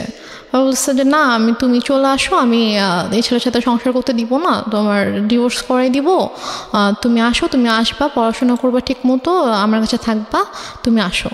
মানে হঠাৎ করে ধরনের কথা কেন? হঠাৎ করে। আচ্ছা। তা আমি তখন বললাম যে আম্মু তুমি নিজেই তো আমাকে বিয়ে দিয়েছো, তুমি নিজেই তো রাখতে চাওনি আমাকে, তাহলে এখন যেহেতু আমার একজনের সাথে বিয়ে হয়েছে, আমি এখানে সাথে একটা ফ্যামিলির সাথে আমি অ্যাড হয়েছি, এবং তার সাথে আমার ধীরে ধীরে এরকম ভালো একটা বন্ডিং তৈরি হয়ে গিয়েছে, ওর ফ্যামিলি সবার সাথে আমার একটা ভালো বন্ডিং তৈরি হয়ে গেছে, এখন তো তুমি এটা বলতে পারো না। তো সে আমাকে নানাভাবে ফোর্স করতে থাকে। তো সে এর মাঝে সে যেটা করে, সে সিরাজগঞ্জ থেকে ঢাকায় আসে। তো ঢাকায় এসে সে আমার শ্বশুরবাড়িতে অনেক মানে হাঙ্গামা ক্রিয়েট করে ফেলে। লাইক সে এসে চিল্লি করতেছে যে আমার মেয়েকে আমি নিয়ে যাব, তোমরা কেন আটকায় রাখছো, তোমরা আমার মেয়ের ব্রেন ওয়াশ করছো, আমার মেয়েকে নিয়ে যেতে দাও, আমার ছোটো মেয়ে বাচ্চা মেয়ে, আমি ওকে তোমাদের কাছে রাখবো না, এগুলো বলতে থাকে। আমি তো যাব না, আমাকে অনেক ফোর্স করতে থাকে, তুই চল। আমার হাত ধরে টেনে বাসা থেকেও বের করে নিয়ে যায়, মানে দরজা খুলে আমাকে বাইরেও বের করে নিয়ে যায় যে তুই চল, তোকে আমি এখানে থাকতে দিব না। তারপর গিয়ে আমার শাশুড়ি, তারপর আমার যা, ওরা গিয়ে আর কি আমাকে নিয়ে আসে যে আন্টি এরকম করেন না, আর বসেন শান্তভাবে আমরা কথা বলি। তো সে কোনোভাবে শান্ত হয় না, সে জাস্ট একটাই কথা, আমার মেয়েকে আমি রাখবো না। তারপর সে বলে যে না, আমরা তো ওকে যেতে দিব না। তো সে অনেক তর্কাতর্কির পরে সে রাগ করে বাসা থেকে বের হয়ে যায়। বেরোর সময় বলে যায় যে এনি হাও আমি আমার মেয়েকে নিয়ে যাব। দেখো একটা কথা বলি রেহনুমা, আমি তুমি করে বলে ফেললাম কারণ তুমি আমার বয়সে অনেক জুনিয়র হবা। একটা যেটা হচ্ছে যে গল্প না বিশ্বাস করার জন্য একটা মজবুত ভিত্তির প্রয়োজন হয়। একটা হচ্ছে যে তোমার মা নিজেই ইন্সপায়ার হয়ে বিয়ে দিচ্ছে। বিয়ের কয় মাসের পরের এই ঘটনা? বিয়ের হচ্ছে 3 মাস পর। বিয়ের 3 মাসের মধ্যে এমন কি ঘটলো যে সেখান থেকে আবার তোমাকে নিয়ে আসতে চাচ্ছে? আমি মানে গল্পটা তো বিশ্বাস করতে হবে সামহাও। এটা ভাই আমি কথা বলতে থাকলে আপনি যখন আমার পুরো গল্পটা শুনবেন তখন আমি হয়তো বুঝতে পারবো, শেষ পর্যন্ত যখন আপনি শুনবেন তখন আপনি বুঝতে পারবেন যে প্রথম থেকে শেষ পর্যন্ত, মানে আমার বাবার মৃত্যু থেকে একদম আমার শেষ পর্যন্ত আজকের দিন পর্যন্ত কি ঘটেছে, কেন ঘটেছে, এটা আপনি নিজেই বুঝতে পারবেন। ফাইন। সো প্রিয় শ্রোতা, আমার মনে হয় একটু ধৈর্য ধরে আপনারা শুনুন। ওকে, বল। তো তারপরে আম্মু ওখানে এসে সিনকেট করার পর আমরা সবাই আর কি মানসিকভাবে একটু আপসেট হয়ে পড়ি। তো তারপর আর কি আমার শাশুড়ি বলে যে চলো আমরা কিছুদিন ঢাকার বাইরে থেকে ঘুরে আসি। তো আমার শ্বশুরবাড়ি ছিল ফেনীতে। তো তারপর আমরা ফেনীতে যাই, আমি কখনো যাইনি বিয়ের পরে ওদের গ্রামের বাড়িতে। তো তারপর আমাকে ফেনীতে নিয়ে যায়, আমি আমার হাজব্যান্ড, শ্বশুর শাশুড়ি, আমরা সবাই যাই। তো যাওয়ার পর ওখানে মোটামুটি ছোটোখাটো একটা অনুষ্ঠানের মতো করে আর কি, মানে বউ দেখানোর জন্য। তো তারপর ওখানে আমি আমার শ্বশুর শাশুড়ির সাথে 15 দিনের মতো ছিলাম। তো এর মাঝে যেটা হয়, আম্মু ওদের সব রিলেটিভস লাইক ওর চাচা চাচি, মামা, খালা, ফুপু, মানে যত রিলেটিভ আছে সবার নাম্বার কিভাবে কালেক্ট করে ফেলে। কালেক্ট করে সবাইকে ফোন দিয়ে সে বলে যে শাহেদ ভালো না, ওর আমার মেয়ে, ছোট একটা বাচ্চা মেয়েকে ও বিয়ে করছে, বিয়ে করে এখন ওকে টর্চার করতেছে, ওকে মারতেছে। তারপর আমার হচ্ছে চাচা শ্বশুরের ছেলেকে ফোন দিয়ে বলে যে উনি হচ্ছে পুলিশের ডিআইজি। তো ওনাকে ফোন দিয়ে কমপ্লেন করে যে আপনার ভাই আমার মেয়েকে টর্চার করে, আমি তো আপনাদের নামে মামলা করব। তো স্বাভাবিকভাবে সে যেহেতু মানে আইনের একজন তো সে বলে যে আমি যতটুকু জানি আমার ভাই এরকম কিছু করার কথা না, ঠিক আছে আপনি যেহেতু আমার কাছে কমপ্লেন করেছেন আমি ব্যাপারটা দেখব। তো উনি তারপর আমার হাজব্যান্ডকে, আমার শ্বশুর শাশুড়িকে মানে কথা বলে, ওনাদের সাথে কথা বলে যে কি হয়েছে। তখন বলতেছে যে তুমি আমাদের কথা বিশ্বাস করবো না, তুমি বৌমার থেকে শুনো যে মানে আমাদের কোনো দোষ নেই অথবা আমরা কিছু করি না, ওর মাই এরকম সিন ক্রিয়েট করতেছে, ওর মা একটু অন্যরকম, ওর মাই এরকম ঝামেলা করতেছে, আমাদের ওর থেকে শুনো। তো ভাই আমার সাথে কথা বলার পর ভাইয়াকে বলি যে ভাইয়া এরকম কোনো সমস্যা নেই, শাহেদ আমার সাথে কোনো খারাপ ব্যবহার করেনি, আমাকে কখনো মারেনি, আর ওর সাথে আমার অনেক ভালো সম্পর্ক, কিন্তু আম্মু চাচ্ছে না যে আমি ওর সঙ্গে থাকি, এই জন্য আম্মু এরকম সিনক্রিয়েটগুলো করছে, আপনি কিছু মনে করেন না, আমি খুবই সরি আমার মার পক্ষ থেকে। এবং ওদের ফ্যামিলি সবার কাছে আমি খুব মানে সরি বলি যে আমার জন্য আপনাদেরকে এত কিছু সহ্য করতে হচ্ছে। মানে ওদের কাছে কন্টিনিউয়াসলি সবার থেকে ফোন আসতে থাকে, ওদের সব রিলেটিভসরা ওদেরকে ফোন দেয় যে কি তোমরা নাকি বউ আটকায় রেখে বউকে পিটাচ্ছ। তো সে যেটা করে যে ওদের মানে বাসার যে থানা ছিল ওই থানায় ফোন করে, থানার ওসিকে ফোন করে, ফোন দিয়ে বলে যে অমুক মানে অ্যাড্রেস বলে যে অমুক বাসার মধ্যে আমার মেয়েকে আটকে রাখছে, আমার মেয়েকে আমার কাছে আসতে দিচ্ছে না, আমার মেয়ে অনেক কান্নাকাটি করতেছে আমাকে ফোন দিয়ে, আপনারা প্লিজ ওখানে যান, গিয়ে আমার মেয়েকে আমার কাছে পাঠিয়ে দেন। তখন ওরা বলে যে এটা তো অমুক স্যারের বাড়ি, তো স্যারের ফ্যামিলিতে তো এরকম হওয়ার কথা না, আমি আপনার কথা বিশ্বাস করতে পারছি না, ঠিক আছে আমাকে এটা দেখতে হবে। তো উনি দেন আমার ওই যে ভাসুরকে ফোন করে, ডিআইজি যিনি ওনাকে ফোন করে বলে যে স্যার এরকম একজন ফোন দিয়েছিল, এখন আমি কি করব, আমি কি যাবো আপনাদের বাসায়? তখন বলে যে আমার বাসায় যাওয়ার কোনো দরকার নেই, উনি আমাকেও ফোন দিয়েছিল, আমি কথা বলেছি, এরকম কিছু নেই, তুমি চাইলে যেতে পারো, গিয়ে আমার ভাইয়ের বোর কাছ থেকে শুনে আসতে পারো যে এরকম কিছু হয়েছে কিনা। আচ্ছা। তো সে বলে না স্যার আমি এটা দরকার মনে করছি না, তো উনি আর আসে না। তো তারপর গিয়ে তো ওই ভাইয়া যখন জানায় আমার হাজব্যান্ডকে, তখন ও বলে যে অনেক হয়েছে, মান সম্মান নষ্টের একটা লিমিট থাকে, ফ্যামিলি সবার সামনে তো করেছিল, এখন এখানেও করছে। তো তুমি একটা কাজ করো, যেহেতু তুমি মা যেহেতু এত করে চাচ্ছে যে তুমি ওনার কাছে গিয়ে থাকো, তুমি যাও, তুমি গিয়ে তার কাছে গিয়ে একটু বোঝা বলো যেরকম কেন করতেছে, তুমি কিছুদিন তার কাছে থাকো, থাকলে হয়তো তার ভালো লাগবে। আচ্ছা, এটা বলে সে? হ্যাঁ, এটা বলে। তো বলে সে, ও ঢাকায় ছিল, আমি ফেনীতে ছিলাম, তো ঢাকা থেকে ফেনীতে আসে, এসে আমাকে ঢাকায় নিয়ে দেন একদিন পরে আমাকে সিরাজগঞ্জে দিয়ে আসে। আচ্ছা, আম্মুর কাছে।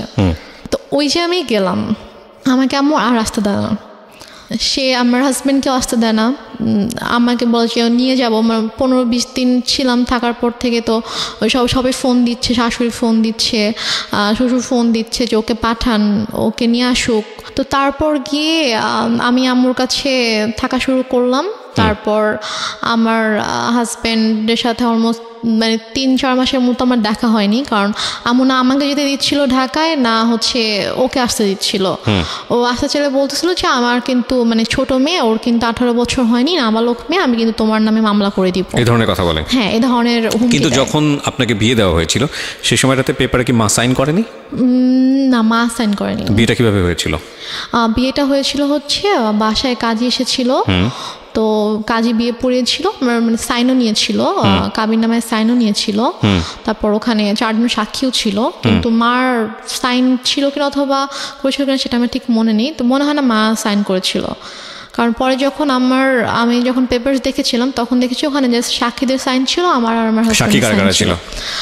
সাক্ষী ছিল ওর 2 জন আঙ্কেল ছিল সাক্ষী, আর আমার পক্ষ থেকে আমার একটা মামা আর আমার একটা ভাইয়া ছিল।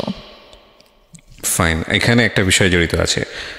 ওর ফ্যামিলি থেকে কি লোকজন এখানে এসেছিল? হ্যাঁ। তোর ফ্যামিলির পক্ষ থেকে ওর বাবা মা কেউ সাইন করেনি পেপারে? না, ওর বাবা মা আসেনি বিয়েতে। কেন আসেনি? বাবা মা আসেনি, বাবা তখন অনেক অসুস্থ ছিল, আর ওর মা তো রাগ করেছিল জন্য ওর মা আসেনি। Renuma, this is totally unbelievable, cause অসুস্থ হলে তো বিয়েটা পিছিয়ে যাওয়ার কথা। বিয়েটা অসুস্থ ছিল বলতে উনি প্যারালাইসিস ছিল, তো উনি তো চাইলেই উনি মুভ করতে পারতো না, বাট ওর মার আসার কথা, বাট ওর মাকে ওরা কোনোভাবেই কনভিন্স করতে পারেনি। ওকে, ফাইন। তো ওর ভাই বোন, তারপর ওর আঙ্কেল আন্টিরা সবাই এসেছিল। তো ওই ফার্স্ট রিলেটিভ যে হয় তারই তো সাইন করার কথা ডকুমেন্টসে। দেনমোহর কত ছিল? দেনমোহর আমার ঠিক মনে নাই, সম্ভবত 5 লাখ ছিল। আপনার ফার্স্ট বিয়ে, অথচ আপনার দেনমোহরটা মনে নাই, এটা মানুষ কিন্তু সহজভাবে নিবে না, কারণ it's a very sensitive story. That's why I am asking. এবং আপনার পক্ষ থেকে তো আপনার মার অবশ্যই সাইন থাকার কথা, যেহেতু আপনার মাই ইন্সপায়ার করছে বিয়েটা দেওয়ার জন্য, সো ওনারও সাইন নাই। তার মানে লজিক্যালি যদি আমি যাই, তাহলে এখানে ওনার বিয়েতে মত ছিল না, এটা প্রথম থেকেই বোঝা যাচ্ছে। যদিও আপনার কথা অনুযায়ী বিষয়টা একদম ডিফারেন্ট।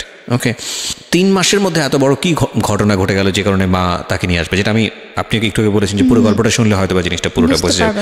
ওকে, সো আমাদের এখানে একটা ডিলেমা তৈরি হচ্ছে প্রিয় শ্রোতা, বাট আমরা এখনই কোনো রেজাল্টে না যাই, আমরা একটু সামনের দিকে যাই, দেখি লজিক্যালি মেলে কিনা। হ্যাঁ, তারপর কি হলো? তারপরে আমার ওদের ফ্যামিলি থেকে সবাই আম্মুকে ফোন করতো, আম্মুকে বোঝানোর চেষ্টা করতো যে আমরা আসি, সামনাসামনি কথা বলে ঠিক করার চেষ্টা করি, যে দেখি ঠিক হয় কিনা, আপনি কেন এরকম করছেন। তো বাট আম্মু বলেছে আমি এই বিষয়ে কোনো কথাই বলবো না, একটাই কথা ছিল তার, যে আমি আমার মেয়েকে সংসার করতে দিব না, আমি আপনার ছেলের সাথে রাখবো না। তো এদিকে আমার সাথেও কথা বলতে দিত না, লাইক আমার ফোন আম্মু আমার থেকে নিয়েছিল, আমার ফোন আমার কাছে রাখতে দিত না। আমার হাজব্যান্ড ফোন করতো আম্মুর ফোন করলে আমাকে কখনো দিত কখনো দিত না। তো আমি অনেক কান্না করতাম, আমার মন অনেক খারাপ থাকতো যে আমি ওখানে যেতে চাই। আমি আম্মুকে অনেক, ইভেন আমি আম্মুর পায়ে ধরেও কান্না করেছি, আম্মু তুমি কেন এরকম করছো, আমাকে বলো। সে আমাকে কোনো কারণও বলতো না যে কেন সেরকম করছে। আমি বলছি আম্মু তুমিই তো আমাকে বিয়ে দিয়েছো, এখন যখন আমি একটা জায়গায় গিয়েছি, আমার বিয়ে হয়েছে, আমি আমার হাজব্যান্ডকে অনেক ভালোবাসি, আমি ওর ফ্যামিলির সাথে অনেক ভালোভাবে মিশে গিয়েছি, তো এখন কেন তুমি সবাইকে এরকম কষ্ট দিচ্ছ, আমাকে কেন তুমি কষ্ট দিচ্ছ আম্মু। যাই হোক, তারপরে গিয়ে আম্মু যেটা করলো যে ওদের সাথে অনেক কথাবার্তা যখন হলো, ও অনেকবার রিকোয়েস্ট করলো, তো বলো ঠিক আছে তুমি সিরাজগঞ্জে আসো, এসে ওর সঙ্গে দেখা করে যাও।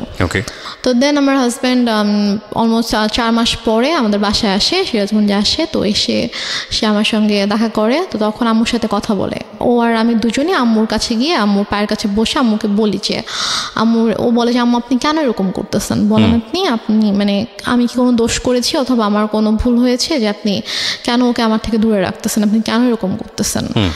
আম্মু বলেছে না, আমি কোনো কথা শুনবো না, আমি তখন ভুল করছি, আমার বাচ্চা মেয়েকে বিয়ে দিচ্ছি, এখন আমি বুঝতেছি যে আমার ছোট একটা মেয়েকে এভাবে এত কম বয়সে বিয়ে দেওয়া উচিত হয়নি। এখন আমি চাই সে পড়াশোনা করবে, পড়াশোনা শেষ করবে, করে এস্টাবলিশড হবে, দেন সে চাইলে তার পছন্দ অনুযায়ী কাউকে বিয়ে করবে। কিন্তু আমি যেটা ভুল করেছি আমার সেই ভুলটা শুধরাতে হবে। সে ওর সাথে সায়দার সাথে অনেক রুড বিহেভ করে। আপনি কি করেন ওই সময়টাতে? আমি জাস্ট তখন আমি ওকে নিয়ে আমার রুমে চলে আসি, এসে বলি যে তুমি এখান থেকে চলে যাও, এভাবে অপমানিত হওয়ার কোনো মানে হয় না, তুমি চলে যাও, তোমার আশা লাগবে, আমি যদি আম্মুকে বুঝাতে পারি আমি চলে আসবো। আপনাদের আর কোনো আত্মীয়স্বজন ছিল না আশেপাশে যারা আপনাদেরকে বিয়ে দিয়েছে, তারা কোনো স্টেপ নিচ্ছিল না? কেউ তো কিছু জানতো না। আর আপুর সাথে তো আমার টোটালি কথাবার্তা ওরকম কথা হতো না, কারণ আপুকে আম্মু বলেছিল যে আম্মু আমাকে বিয়ে দেয়নি, আমি নিজের ইচ্ছে বিয়ে করেছি, বা আমি পালিয়ে গিয়েছিলাম, সেখান থেকে আম্মু আমাকে নিয়ে এসে আমাকে বিয়ে দিয়েছে। ওকে, ওই জন্য আপু রাগ করে আমার সাথে কথা বলতো না আর কি। আর আমি যে তারপরও যে আমি কারো কাছে হেল্প চাইবো অথবা ফোন করবো, এটা আমার ছিল না। আমি যে কোথাও একা একা বাসা থেকে বের হয়ে আমি যে কারো কাছে একটা যাবো, গিয়ে যে আমি খুলে বলবো ঘটনা, অথবা আমি যে বাসা থেকে পালিয়ে চলে যাবো ঢাকায়, ওইরকম তখন হয়তো আমি অনেক ছোট ছিলাম, ওইরকম কোনো সাহস আমার ছিল না, অথবা আমি যে যাবো ওরকম কোনো একটা সিচুয়েশন ছিল না। কারণ তারপর আমার বেসিক্যালি যে আমার হাজব্যান্ড কিছু করেনি, সেটা হচ্ছে যে ওরা খুব ভালোভাবে বুঝে গিয়েছিল যে আম্মুর সাথে যদি ওরা লাগতে যায়, ঝামেলা করতে যায়, তাহলে ওরা অনেক ভালোভাবে ঝামেলায় পড়বে, কারণ আম্মুদেরকে ভালোভাবে পেঁচাবে, ঝামেলায় ফেলবে। তো সব কিছু মিলিয়ে ঝামেলা প্লাস মান সম্মানের জন্য আর কি ওরা আম্মুর সাথে খুব বেশি সিনিয়র, অথবা আমাকে এসে যে জোর করে নিয়ে যাবে এরকম কিছু ওরা আম্মুর সাথে করতো না, কারণ করলে এটা হয়তো ব্যাড একটা ইফেক্ট পড়তো ওদের উপরে। তো এই কারণে আর কি ওরা করতো না। তো তারপরে গিয়ে যেটা হয় সেটা হচ্ছে যে আম্মু ওকে ভাবে বলে যে ঠিক আছে, আম্মু যখন হচ্ছে যে না, ওরা বারবার ট্রাই করছে যে নেওয়ার জন্য ট্রাই করছে আমাকে, তো তখন আম্মু ওকে একটা শর্ত দেয়, আমার হাজব্যান্ডকে একটা শর্ত দেয়, এবং আমার আম্মু জানে যে এই শর্তটা কখনোই ও মানবে না। শর্তটা ছিল হচ্ছে যে ও বলে যে তুমি যদি রেনুমাকে নিয়ে থাকতে চাও তাহলে তোমাকে আলাদা থাকতে হবে। আলাদা থাকতে হবে তোমার ফ্যামিলি থেকে? হ্যাঁ, আচ্ছা, তোমার ফ্যামিলি থেকে আলাদা থাকতে হবে, তুমি ওকে নিয়ে তুমি আলাদা একটা বাসা নিবা, তুমি তোমার আব্বু আম্মু তোমার ফ্যামিলির সাথে থাকবা না, এবং তোমার আব্বু আম্মু কখনো তোমার বাসায় আসবে না। আমি বলছি যে এটা কেমন কথা? তো বলে যে আপনি যদি ওকে নাও দেন, তারপর আমি কখনো বাবা মাকে ছেড়ে আমি আলাদা বাসা যাবো না, কারণ আমার বাবা মা আমার কাছে অবশ্যই আগে। আর প্লাস ঠিক আছে, আপনি তো ওকে এখন আটকাচ্ছেন এটা বলে যে হ্যাঁ ওর তো এখন বয়স হয়নি, ওর ছোট, আপনি মামলা করতে পারবেন, বাট ও যখন ম্যাচিওর হবে, ওর যখন বয়স হবে, তখন তোকে আপনি আটকাতে পারবেন না। এবং আমি জানি যে আমি যেরকম ওকে ভালোবাসি, ও আমাকে ভালোবাসে, এবং আশা করি যে ইনশাল্লাহ যখন সময় হবে তখন আমি আমার ওয়াইফকে আপনার থেকে নিয়ে আসবো, বাট আমি আমার বাবা মাকে ছেড়ে থাকতে পারবো না, এটা আমি করতে পারবো না। ওকে। তারপর যেটা হয় যে ওর সাথে আমার তো কাছে তো ফোন ছিল না, ওর সাথে যোগাযোগ একমাত্র ওয়ে ছিল আম্মুর ফোন। তো আম্মুর কাছ থেকে ফোনটা নিয়ে ওকে ফোন করার জন্য অনেক রিকোয়েস্ট করতে হতো, অনেকবার ফোন দেওয়ার পরে হয়তো আম্মু আমাকে ফোন দিত। তো এইভাবে আর কি যোগাযোগ ছিল। তো এক পর্যায়ে যেটা হয় যে ও মাসে হয়তো একবার আসতো, দুবার আসতো, এসে আমার সাথে দেখা করে জাস্ট চলে যেত ঢাকায়।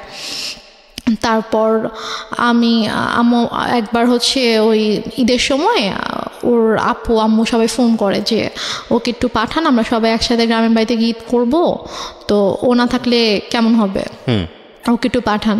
তো আম্মু কোনোভাবে পাঠাতে চায় না, বাট ওরা যখন সবাই ফোন দিয়ে অনেক রিকোয়েস্ট করে, তো তারপরে গিয়ে আম্মু বলে ঠিক আছে ওকে নিয়ে যাও। তো তারপর আমি যাই, তো ওদের সাথে একটা ঈদ করেছিলাম। তো ঈদ করে ঈদের 2 দিন পরে আর কি আমি আবার চলে আসি।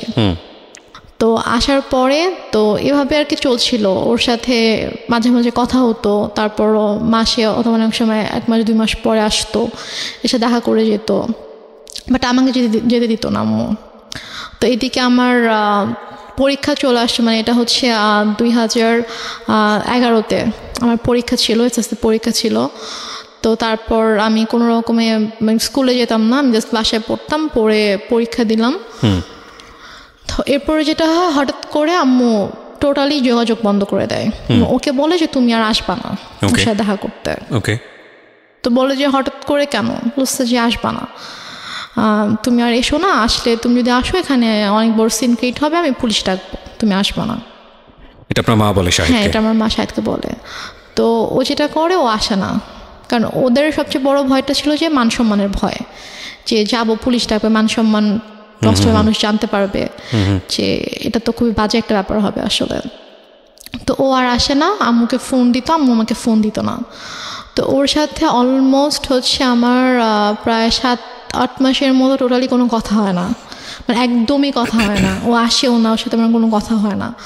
তো তারপর গিয়ে আমার আপু হচ্ছে দেশে আসে 2012 সালের মেবি আগস্টের দিকে আমার আপু দেশে আসে। তো আপু আসার হচ্ছে 2-3 মাস আগে আবার আমার সাথে সাথে কথা হয়।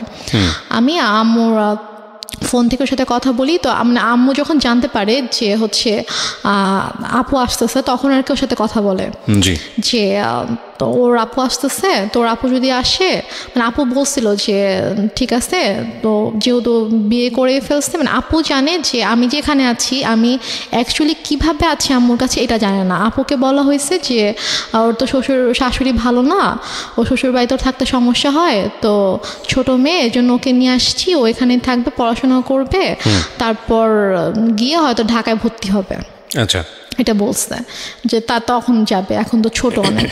তা আপু জানে এটা। আপু মোটামুটি তখন নর্মাল হয়েছে, আমার সাথে মোটামুটি একটু কথা বলে। তো তারপর আর কি আপু যখন আসে, তা আপু আসার আগে আবার ওর সাথে সে নর্মাল হয়ে যায়, কারণ আপুকে তো দেখাইতে হবে। মানে তার প্ল্যানিংটা ছিল আসলে অন্যরকম, সেটা আমি বললে বুঝতে পারবেন। তো সে যেটা করে, সে শাহেদার সাথে কথা বলে যে বাবা যাই হয়েছে তুমি আসো, তুমি সিরাজগঞ্জে আসো। তো ও সিরাজগঞ্জে আসে। আসার পরে 2 দিন ছিল, তারপর ওকে বলে যে দেখো ওর আপু আসবে, আপু আসলে কিন্তু আপুর সাথে ভালো করে কথা বলবা, যেগুলো হয়েছে এগুলো কিছু জানানোর দরকার নাই, আমি ইনশাল্লাহ সব কিছু ঠিক করে দিব, যাই হয়েছে ভুলে যাও, আমি তোমাদের সব কিছু ঠিকঠাক করে দেবো। আপু আসলে হয়তো আমরা বড় করে একটা অনুষ্ঠান করতে পারি, যেহেতু তোমাদের ওরকম বড় কোনো অনুষ্ঠান হয়নি, তো বড় করে একটা অনুষ্ঠান করতে পারি, তো করলে তখন সব ঠিকঠাক হয়ে যাবে। তো এটা বলে। তো বলার পরে আপু যখন আগস্টে আসে, আপু মানে যেদিন আপু ঢাকায় আসে, আসার পরে হচ্ছে আপু শ্বশুরবাড়ি ঢাকাতে। তো 2 দিন পরে আপু যখন আমাদের সিরাজগঞ্জে যখন আসবে, তো ওই দিন হচ্ছে শাহেদেরও আসার কথা। তো শাহেদ বলছে যে আম্মুকে ফোন দিয়ে বলছে যে আম্মু আমার একটা কাজ পড়ে গেছে, মানে ওদের হচ্ছে একটা প্রিন্টিং প্রেস ছিল, তো ওই প্রেসে হচ্ছে যে ওদের একটা অর্ডার ছিল, অনেক বড় একটা অর্ডার ছিল, তো ওটা হচ্ছে কমপ্লিট হয়নি। এখন ও যদি ওখান থেকে চলে আসে, তাহলে দেখা যাবে যে ওই কাজটা হবে না, তো অনেক বড় লস হয়ে যাবে। তো বলছে যে আম্মু আমার তো কাজ শেষ হতে তো সন্ধ্যা হয়ে যাবে, তো ওর চেয়ে ভোরবেলা রওনা দেওয়ার কথা। তো আমি রাতে আসি, সন্ধ্যাবেলা কাজটা শেষ করে আমি হয়তো 8টার দিকে রওনা দিলাম, দিয়ে আমি রাতের মধ্যে চলে আসবো। আপুদেরকে একটু বললেন আমি চলে আসবো, সমস্যা নেই, কিছু মনে করতে মানা করেন। আমি বলে যে এখন আসবা? বলছে যে আমি আসলে তো এখানে কেউ মানে কাজ দেখতে পারবে না, সমস্যা হয়ে যাবে। বলেছে এখন আসতে হবে, আমি জানি না, আমার বড় মেয়ে 12টার মধ্যে চলে আসবে, মানে এটা সকাল 10টার দিকের কথা আর কি। তুমি এখন রওনা দাও, তুমি চলে আসো, তোমার তো 3-4 ঘন্টার বেশি লাগবে না, তুমি চলে আসো, সমস্যা নেই। ও বলছে যে আম্মু আমার পক্ষে এখন আসা সম্ভব না, আমি আসলে আমার কাজ দেখার কেউ নাই। তো এটা নিয়ে অনেক তর্কাতর্কি হয়। তো হওয়ার পরে লাস্টে গিয়ে আম্মু ওকে বলে যে তোকে আমি এখন বলছি, তুই এখন আসবি। রেগে যায় আর কি, রেগে যায়। আম্মু রেগে ওকে তুই তো করে শুরু করে, বলে যে তোকে আমি বলছি তুই এখন আসতে হবে। এবং ওর এটা নিয়ে খুব মানে হয়, ওর ইগোতে লাগে যে তোমার শাশুড়িকে আমাকে তুই করে কথা বলবে। তো বলে যে আম্মু আমি যাবো না। বলছে তুই যদি এখন না আসিস, এখন যদি রওনা না দিস, তুই যদি এখন না আসিস, তাহলে তুই জীবনও এখানে আসবি না, তুই ভুলে যা আমার মেয়েকে, তুই জীবনও আসতে পারবি না, আমি তোদের রিলেশন জীবনও ঠিক করবো না, তুই জীবনে আসতে পারবি না। তো বলছে যে আম্মু মানে এটা তো বুঝতে হবে, আমার সমস্যাটা যদি আপনি না বুঝেন তাহলে তো আমার কিছু করার নেই। তো তারপরও মানে ও চেষ্টা করে বুঝাইতে, বাট আম্মু বলেছে না এনিহাও আসতে হবে। তো বলেছে আমার পক্ষে সম্ভব না আসা। তো যাই হোক ও ফোনটা রেখে দেয়। তো আপুরা চলে আসে। তো আপুরা আসার পরে আপুদেরকে যেটা বলে সেটা হচ্ছে যে ও বলছে যে আপনার মেয়ে আসছে, তো আমি কি করব, আমার কেন যাইতে হবে, আমি যাইতে পারবো না আপনার মেয়ের সাথে দেখা করতে। আপনার বড় মেয়েকে বললেন তার যদি আমার সাথে দেখা করতে হয় সেজন্য আমার বাসায় এসে আমার সঙ্গে দেখা করে, বাট এটা কিন্তু ও বলেইনি। তারপরে গিয়ে বলে যে আপু আপু এটা শুনে খুব হার্ট হয় যে কেন এটা বলবে, ও আমাদের ছোট, ওকে আমরা নিজেরা ডাকলাম যে হ্যাঁ আম্মু ওকে আসতে বললো, আমরা ওর সাথে দেখা হয়নি, ওর সাথে দেখা করব, তো ওর ফ্যামিলির সাথেও দেখা করব, তো কেন এভাবে রিয়াক্ট করছে। তো তারপরে গিয়ে বলে যে হ্যাঁ তোমাকে তো বলছিলামই ছেলে ভালো না, ছেলের মা ভালো না, ছেলে এরকমই, দেখছো কীরকম বেয়াদব। মানে আম্মু এটা করছে হচ্ছে সম্পূর্ণ ইচ্ছাকৃতভাবে। ফার্স্টে ওকে ঠিকঠাক করছে, ওর সাথে সম্পর্কটা ঠিক করছে, ঠিক করে ও আসছে। তারপর যেদিন আসবে, কারণ আসলে আপুর সাথে দেখা হলে তো সব কিছু নর্মাল হয়ে যেত, এবং হয়তো আপুর সাথে সম্পর্কটা যদি নর্মাল হয়ে যেত, তখন যদি আমি শ্বশুরবাড়িতে চলে যেতাম, তখন হয়তো আপুকে ডিটেল ঘটনাটা বলতে পারতাম যে আসলে ব্যাপারগুলো কিন্তু এতদিন এভাবে ঘটেছে। আম্মু আসলে এটা চাইনি যে আমাদের সম্পর্কটা স্বাভাবিক হোক এবং আপুর সাথে ওর সম্পর্কটা স্বাভাবিক হোক। ওকে। তো ইচ্ছাকৃতভাবে আম্মু এরকম সিনক্রেটটা করেছে। তো আপু ভাইয়া তো অনেক রেগে গেল। রেগে যাওয়ার পরে বলতেছে যে ঠিক আছে বাদ দেন, এই ছেলের সাথে আসলে দরকার নেই, সংসারের দরকার নেই, ওকে করেন, ডিভোর্স পেপার পাঠিয়ে দেন। বাট আপনি তখন কি বলছিলেন? আমি তখন বলছি যে আমি তো ডিভোর্স দিব না। আমাকে ভাইয়া জিজ্ঞেস করছে যে তুমি কি বলো, আমি বলছি আমি ডিভোর্স দিব না, কি করবা? আমি বলছি আমি ওখানে যাবো, আমি ওদের বাসায় যাবো। তো বলছে যে আমি তখন বলছে যে দেখছো কিরকম নির্লজ্জ মেয়ে, এভাবে নিজের বোন ভাই মাকে অপমান করছে ওর জামাই, আর ও এরকম জামাইয়ের সাপোর্ট করে কথা বলছে, এখন ওখানে যেতে চাচ্ছে, কত বড় খারাপ মেয়ে, নির্লজ্জ মেয়ে, এগুলো বলছিল আর কি। তো তারপর গিয়ে ভাইয়া বলে যে তুমি কেন যেতে চাও, যে তোমার ভাই আপুকে অসম্মান করছে। আমি আমি মানে বলতে নিচ্ছিলাম যে ব্যাপারটা কীরকম হয়েছে, বাট আমি আম্মুর ভয় বলতে পারছিলাম না, যে আমি যদি বলতাম যে ঘটনাটা এরকম হয়েছে, তখন আম্মু তো এটা নিয়ে অনেক সিনক্রেট করতো। তো দেন আর রাতের বেলা আপু বলছে যে আমি ভাবছি যে রাতের বেলা যখন ঘুমাতে যাবো, আম্মু যখন ঘুমিয়ে যাবে, তখন আমি আপুকে গিয়ে বলবো যে আপু ঘটনাগুলো কিন্তু এরকম হয়েছে, তুমি ওকে ভুল বুঝো না, তুমি ব্যাপারটা প্লিজ সলভ করো, আমি এটা বলতে চেয়েছি। তো তারপর রাতে যখন আপুকে বলেছি আপু আমি তোমার সাথে ঘুমাবো, বলছে আচ্ছা ঠিক আছে। তো আম্মু যেটা বলে যে তোমরা 2 বোন ঘুমাবা, চলো আমরা 3 জন একসাথে ঘুমাই। কারণ আম্মু হয়তো বুঝতে পেরেছে যে আমি যদি আপুকে কিছু বলে দেই, রাইট ওকে, তারপর বলে যে আমি তোমাদের সাথে ঘুমাবো। পরে আমি বলছি যে না, আমি আর আপু ঘুমাবো রুমে, আর খাটে তো 3 জনের জায়গা হবে না। তো আপুর তখন বেবি ছিল 2টা। তো আপুর যে বড় বেবিটা, ওর বয়স ছিল 2.5 বছর, তো ওর বাবার সাথে ঘুমাবে আর কি। তো আমি বলছি যে আমি আর পিচ্ছি বাবুটা আর আপু ঘুমাবো, তো বেডে তো জায়গা হবে না। আপু সমস্যা না, আমি ফ্লোরে ঘুমাচ্ছি, তোমরা 2 জনই শুধু গল্প করবা, মাকে নিবা না গল্পে, মানে সেরকম বলতেছে। তো পরে এখন ওখানে তার মানা করার কিছু নাই, সেভাবে বলছে। আপু বলছে ঠিক আছে আসো, সমস্যা নেই, আসো ফ্লোরে ঘুমাও।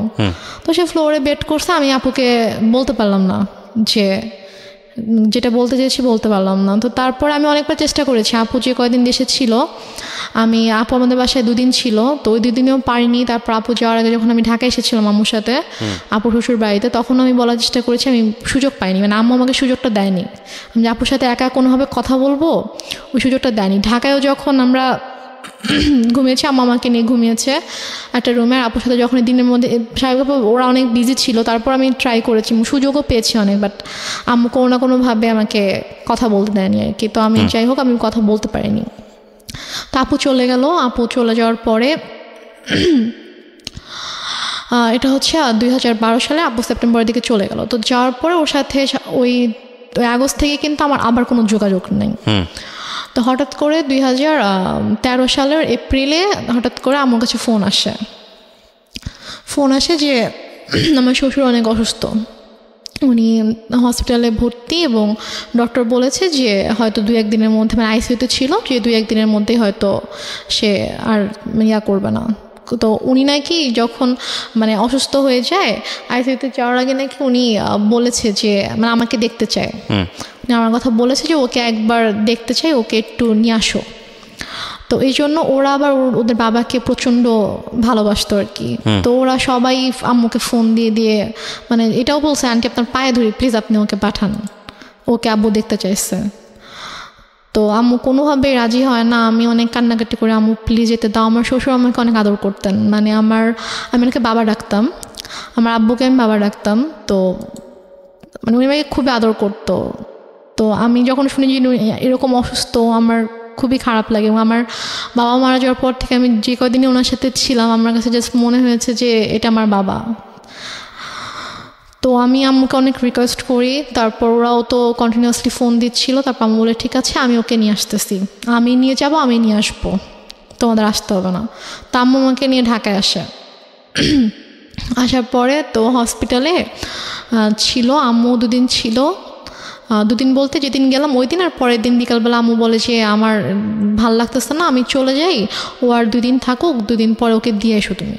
ওকে, এটা বলে। তো আমি হসপিটালে ছিলাম বাবার কাছে। 4 দিন আমি ছিলাম টোটাল। মানে আপনার শ্বশুরকে আপনি বাবা বলতেন? শ্বশুরকে বাবা রাখতাম, তো শ্বশুরের কাছে ছিলাম।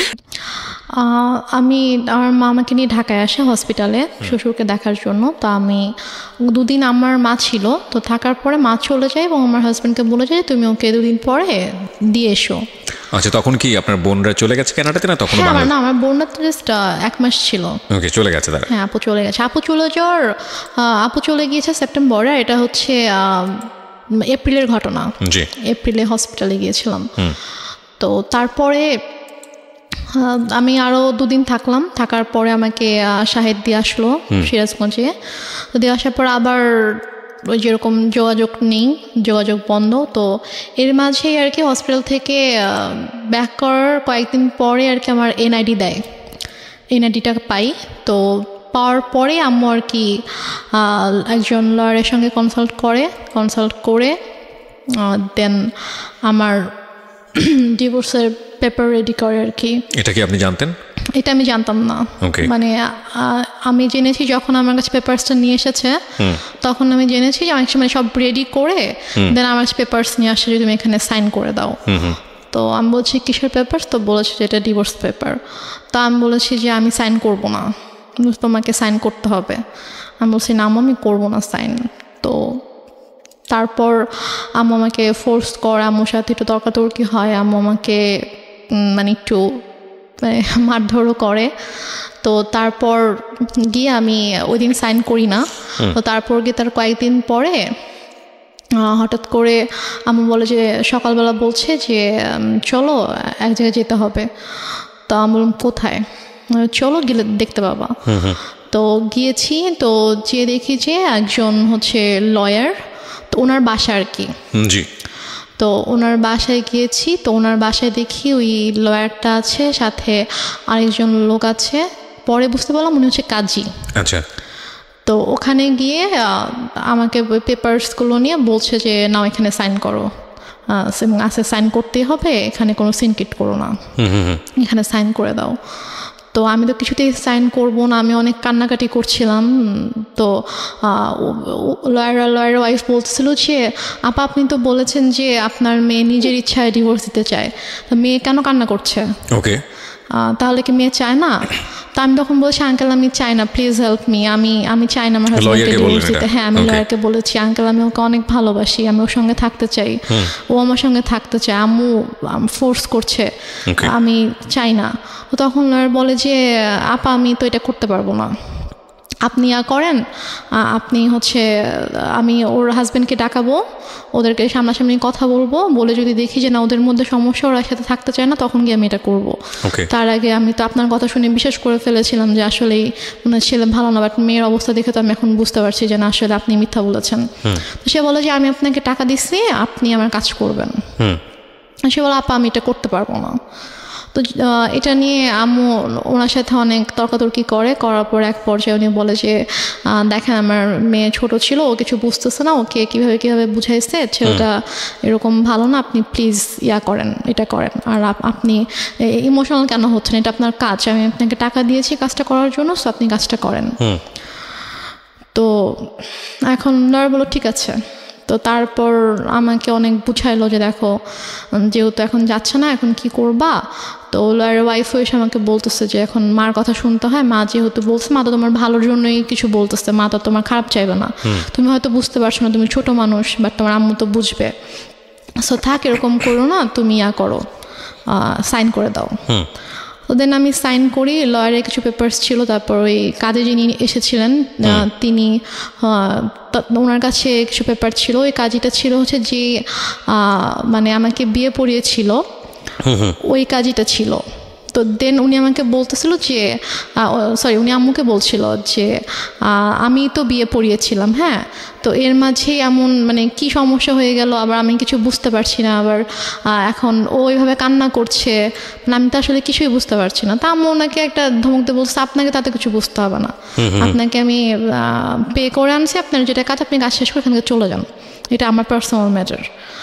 তো তারপর যাই হোক ওখানে আমি এক পর্যায়ে আমি সিগনেচার করে দিই, করে আমরা বাসায় চলে আসি।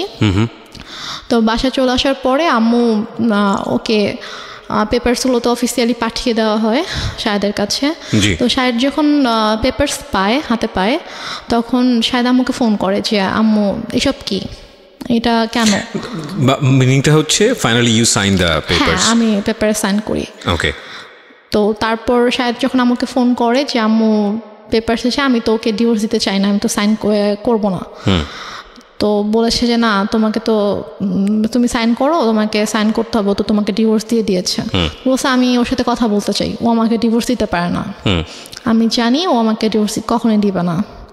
তো বলে যে ওর সাথে কথা বলা যাবে না, আর আসলে ব্যাপারটা কি তোমাকে এখন কিভাবে বলবো নিজের মেয়ের কথা, এখন ওর তো অন্য একটা ছেলের সাথে রিলেশন আছে। এটা আপনার মা বলে? হ্যাঁ, আমার মা ওকে বলে রিলেশন আছে এবং তাকে বিয়ে করতে চায়। এটা কি আপনি সামনে থেকে শুনেছেন নাকি? হ্যাঁ, আমার সামনেই কথা বলতেছিল, বলছে যে ও তো বিয়ে করতে চায়। আমি জাস্ট মানে অবাক হয়ে মার দিকে তাকিয়েছিলাম, বাট আমি কিছু বলতে পারছিলাম না, আমার চোখ দিয়ে পানি পড়ছিল যে মানে কিভাবে পারছে।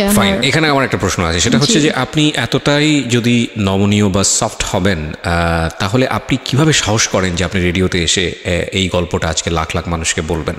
মানে আপনি তখন কেন প্রতিবাদ করেননি? আপনার প্রতিবাদের যেই মানে বলতে পারি আমরা যেই স্পিডটা আমরা এখন দেখতে পাচ্ছি, লাখ লাখ মানুষকে জানিয়ে দেবার নিজের পরিবারের গল্প, সেখানে ওখানে একটু সামান্য সাহস করলেই তো হতো, একটু লাউডলি চিল্লালেই তো বুঝতে পারতো পাশ থেকে শাহেদ যে না আমার স্ত্রী আমার পক্ষে আছে।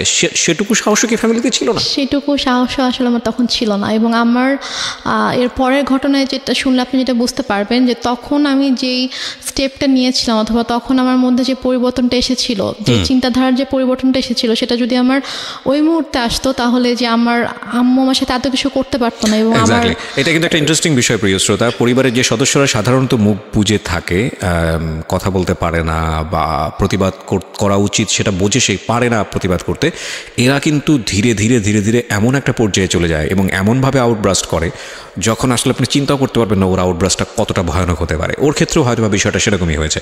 হ্যাঁ, তো আমি তখন আমার আম্মুকে কিছু বলিনি, কারণ আমি এতটাই আপসেট ছিলাম যে আমি জাস্ট মানে বুঝে উঠতে পারছিলাম না যে আমার মা কেন আমার সাথে এরকম করছে, আমি কেমন করেছি। তো তারপরে আমার জুলাই মাসে 2013 সালে জুলাই মাসে আমার ডিভোর্স হয়ে যায় অফিসিয়ালি। তো তারপর জুলাইয়ের পর থেকে আর কি আমার মা আমাকে ধীরে ধীরে বলে যে মানে আমার যে কিছু গহনা ছিল সেগুলো তো আমার মায়ের কাছেই ছিল, সেগুলো আমার মায়ের আলমারিতে ছিল, বাট আমার আব্বু আমাদের নামে কিছু মানে আমার বোনের নামে কিছু প্রপার্টি রেখে গিয়েছিল আর কি। তো সেগুলো থেকে আমার যে অংশ ছিল সেখান থেকে সেগুলো আমার বলে যে আমার একটা দরকার আছে, আমি একটা সমস্যা পড়েছি, তো আমার প্রপার্টিটা আমার নামে প্রপার্টি দেখাইতে হবে একটা অফিসিয়াল কাজের জন্য, তো আমার নামে তো ওরকম কিছু নাই, মানে শহরে ওরকম কিছু নাই, তো তুমি তোমার যে শহরের জমিটা আছে তুমি তোমার অংশটুকু আমার নামে তুমি অফিসিয়াল একটু লিখে দাও, দেন আমি আবার তোমাকে ব্যাক করে দিব। ওকে। তো আমি ভেবেছি হয়তো সত্যি কোনো সমস্যা হয়েছে, এজন্য হয়তো চাচ্ছে। আমার আসলে মানে আমি বুঝে উঠতে পারিনি যে এটার মাঝে যে কি ছিল, এটা কেন আম্মু এরকম করছে। তো আমি সরল বিশ্বাসে আমি লিখে দিই, আম্মু আমাকে পেপারস নিয়ে আসে, কিছু স্ট্যাম্প নিয়ে আসে, তো স্ট্যাম্পে আমি সিগনেচার করে দিই। তো নিয়ে আসার পর একদিন আবার রেজিস্ট্রার অফিসেও যেতে হয়, তো ওখানে কেউ কিছু সাইন করতে ওখানেও সাইন করে দিই। আম্মু আমাকে বলেছে কয়েক মাস পর ওটা আবার আমার নামে দিয়ে দিবে। এটা হচ্ছে 2013 সালের সেপ্টেম্বরের মিডলের দিকে ঘটনা। তো আমার শহরে যেই জায়গাটা ছিল ওটা অলমোস্ট 20 লাখের মতো ছিল, ওইটার প্রাইস ছিল। তো তারপর আম্মুটা নিয়ে নেয়, আমার জুয়েলারি তো আম্মুর কাছে ছিল। তো তারপর হঠাৎ করে একদিন আমার হাতে একটা রিং ছিল, যেটা আমার বিয়ের রিং ছিল, তো আমাকে একদিন হঠাৎ করে বলছে যে তুমি তোমার তো ডিভোর্স হয়ে গেছে, তুমি কেন এই রিং এখনো পরে আছো? তা আমি বলছি এটা আমি সবসময় পরে থাকবো, এটা আমার কাছে থাকবে। বলছে এটা আমাকে দাও। আম্মু প্রায় মানে ঝাঁপিয়ে পড়ে আমার হাত থেকে জোর করে রিংটা নিয়ে যায়। এবং আমার শ্বশুরবাড়ি থেকে আমাকে যে গহনাগুলো দেওয়া হয়েছিল সেগুলো আমার মায়ের কাছেই ছিল। তো তারপর নিয়ে যায়, তারপর হচ্ছে আমার কাছ থেকে আমার যে জমি ছিল শহরে যেটা ছিল ওটাও নিয়ে যায়। তারপর আমার দাদুর বাড়িতে আমাদের নামে যেটা ছিল মানে আমার নামে আলাদা করে যেটা ছিল সেটাও আম্মু হঠাৎ করে একদিন বলে যে আমার কিছু টাকা দরকার, তো ওইটা তোমার চাচার কাছে সেল করে দিব, তোমার চাচার সাথে কথা হয়েছে, উনি আমাকে ক্যাশ দিবে, তো ওনাকে তোমার ওই জমিটা ওনার নামে লিখে দিতে হবে। লিখে দিলে উনি আমাকে ক্যাশ দিবে, আমার কিছু ক্যাশ দরকার। তা আমি সেটাও মানা করি না, আচ্ছা ঠিক আছে। আমি গিয়ে ওখানে আমার দাদুর বাড়ির ওখানকার রেজিস্টার অফিসে গিয়ে ওখানে সাইন করে দিই, আমার চাচা তাকে ক্যাশ দেয়, তারপর চলে আসি। তো বলা যায় তখন থেকে আমার কাছে কিছুই নেই, লাইক আমার নামে কোনো জায়গা জমি টাকা পয়সা কোনো গহনা কিছুই নেই আমার কাছে। আমি একদমই মানে নিঃস্ব হয়ে গেছি বলা চলে। আর আমি পড়াশোনাও করতাম না, কারণ আমি পড়াশোনা করার মতো মানসিক অবস্থায় ছিলাম না। আর আপুর কাছ থেকে আম্মু পার মান্থ অনেক বড় একটা অ্যামাউন্ট নিত আমার স্টাডি পারপাস, যে ওর জন্য 3টা টিচার রাখা হয়েছে। এটা আপনার বড় বোনের কাছ থেকে নিত? হ্যাঁ, বড় বোনের কাছ থেকে নিত। আপু তো এমনিতেই আমার জন্য টাকা পাঠাতো, বাট এক্সট্রা করে নিত যে 3টা টিচার রাখা হয়েছে, তো ওদেরকে অনেক বড় অ্যামাউন্ট পে করতে হয়, তো ওর জন্য এটা পাঠাবা। তো আপু সেটাও পাঠাইতো, বাট আমার কিন্তু কোনো টিচার ছিল না, আমি তো পড়তাম না। আচ্ছা। তো তারপরে গিয়ে যেটা হয়, আমার থেকে যখন আম্মু সব কিছু নিয়ে নেয়, তো তারপর কিছুদিন পর থেকে আম্মু মানে একটু অন্যরকম কথাবার্তা শুরু করে আর কি। টেল মি ফ্র্যাঙ্কলি, যেটা আপনার সঙ্গে হয়েছে, মানে কি বলেছে অন্যরকম বলতে আমি বুঝবো না, ঘটনা জানতে চাই। What happen?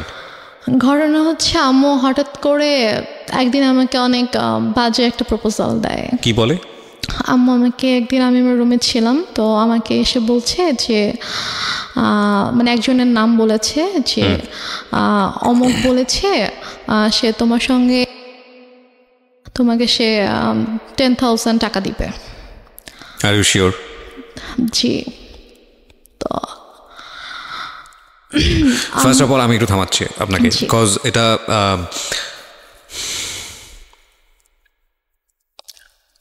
এই লাইনগুলো আমি রেডিওতে প্রচার করিনি, আমি এখানে অনেক কিছু মিউট করে দিয়েছি, বিকজ আমি জানি আমার শ্রোতারা যেটা বোঝার দরকার বুঝে নিয়েছে এবং আমিও বুঝে নিয়েছি। কিন্তু আমার এখানে অনেক বড় কথা আছে এই কারণেই যে মা তো মাই।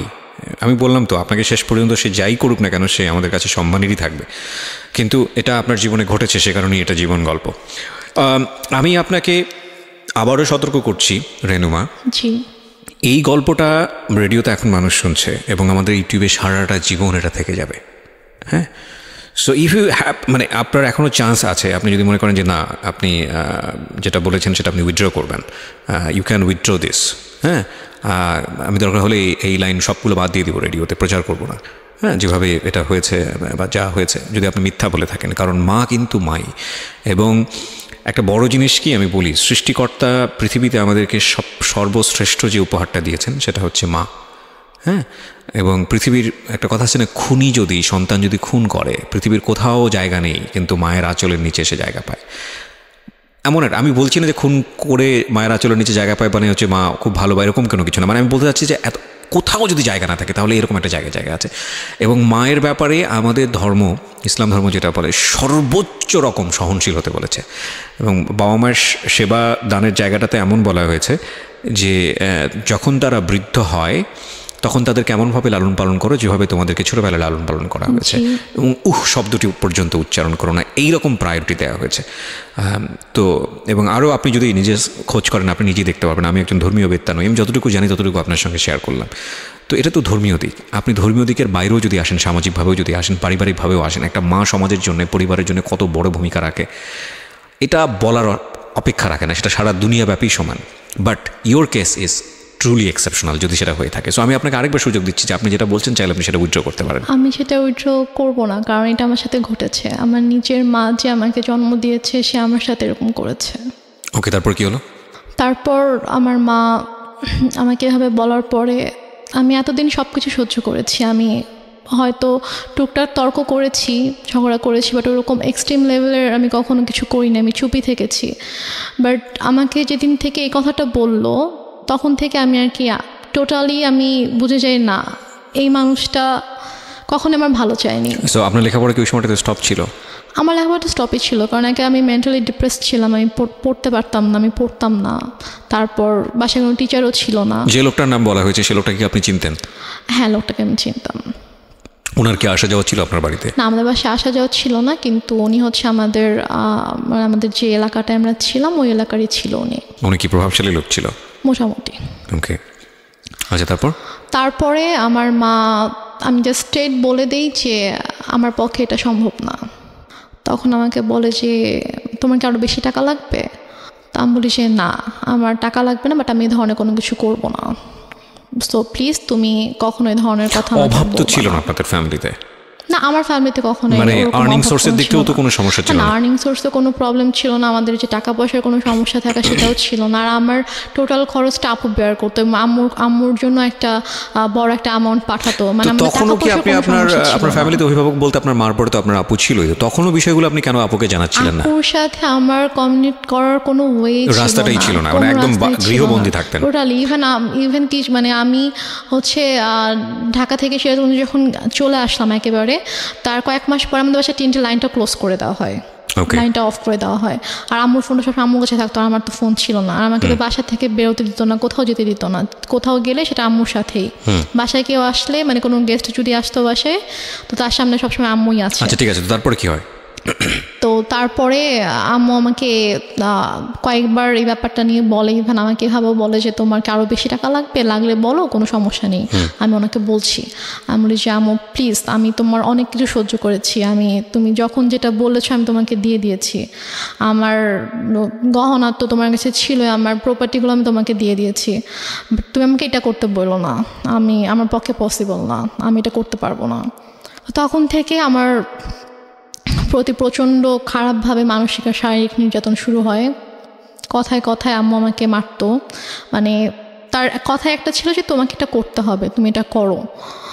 বিভিন্ন সময় বিভিন্ন অ্যামাউন্ট বলতো, বিভিন্ন লোকের কথা বলতো যে কি হয় এমন করলে, কি সমস্যা তোমার, এত অহংকার কিসের, তুমি নিজেকে কি মনে করো, তুমি কেন এত অহংকার দেখাবা, তোমার তো কিছু নাই, তুমি কি করে খাবা, তোমাকে যদি আজকে আমি বাসা থেকে বের করে দিই, তোমাকে যদি আমি কোনো মানে খাবার না দিই, কিছু না দিই, তুমি কি নিজে কিছু মানে 1 টাকা দিয়ে কিনে খেতে পারবা, তোমার কি অ্যাবিলিটি আছে?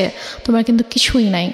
সো তোমাকে আমার কথা মানতে হবে, যদি না মানো তাহলে কিন্তু আমি তোমাকে আবার বাসা থেকে বের করে দিব।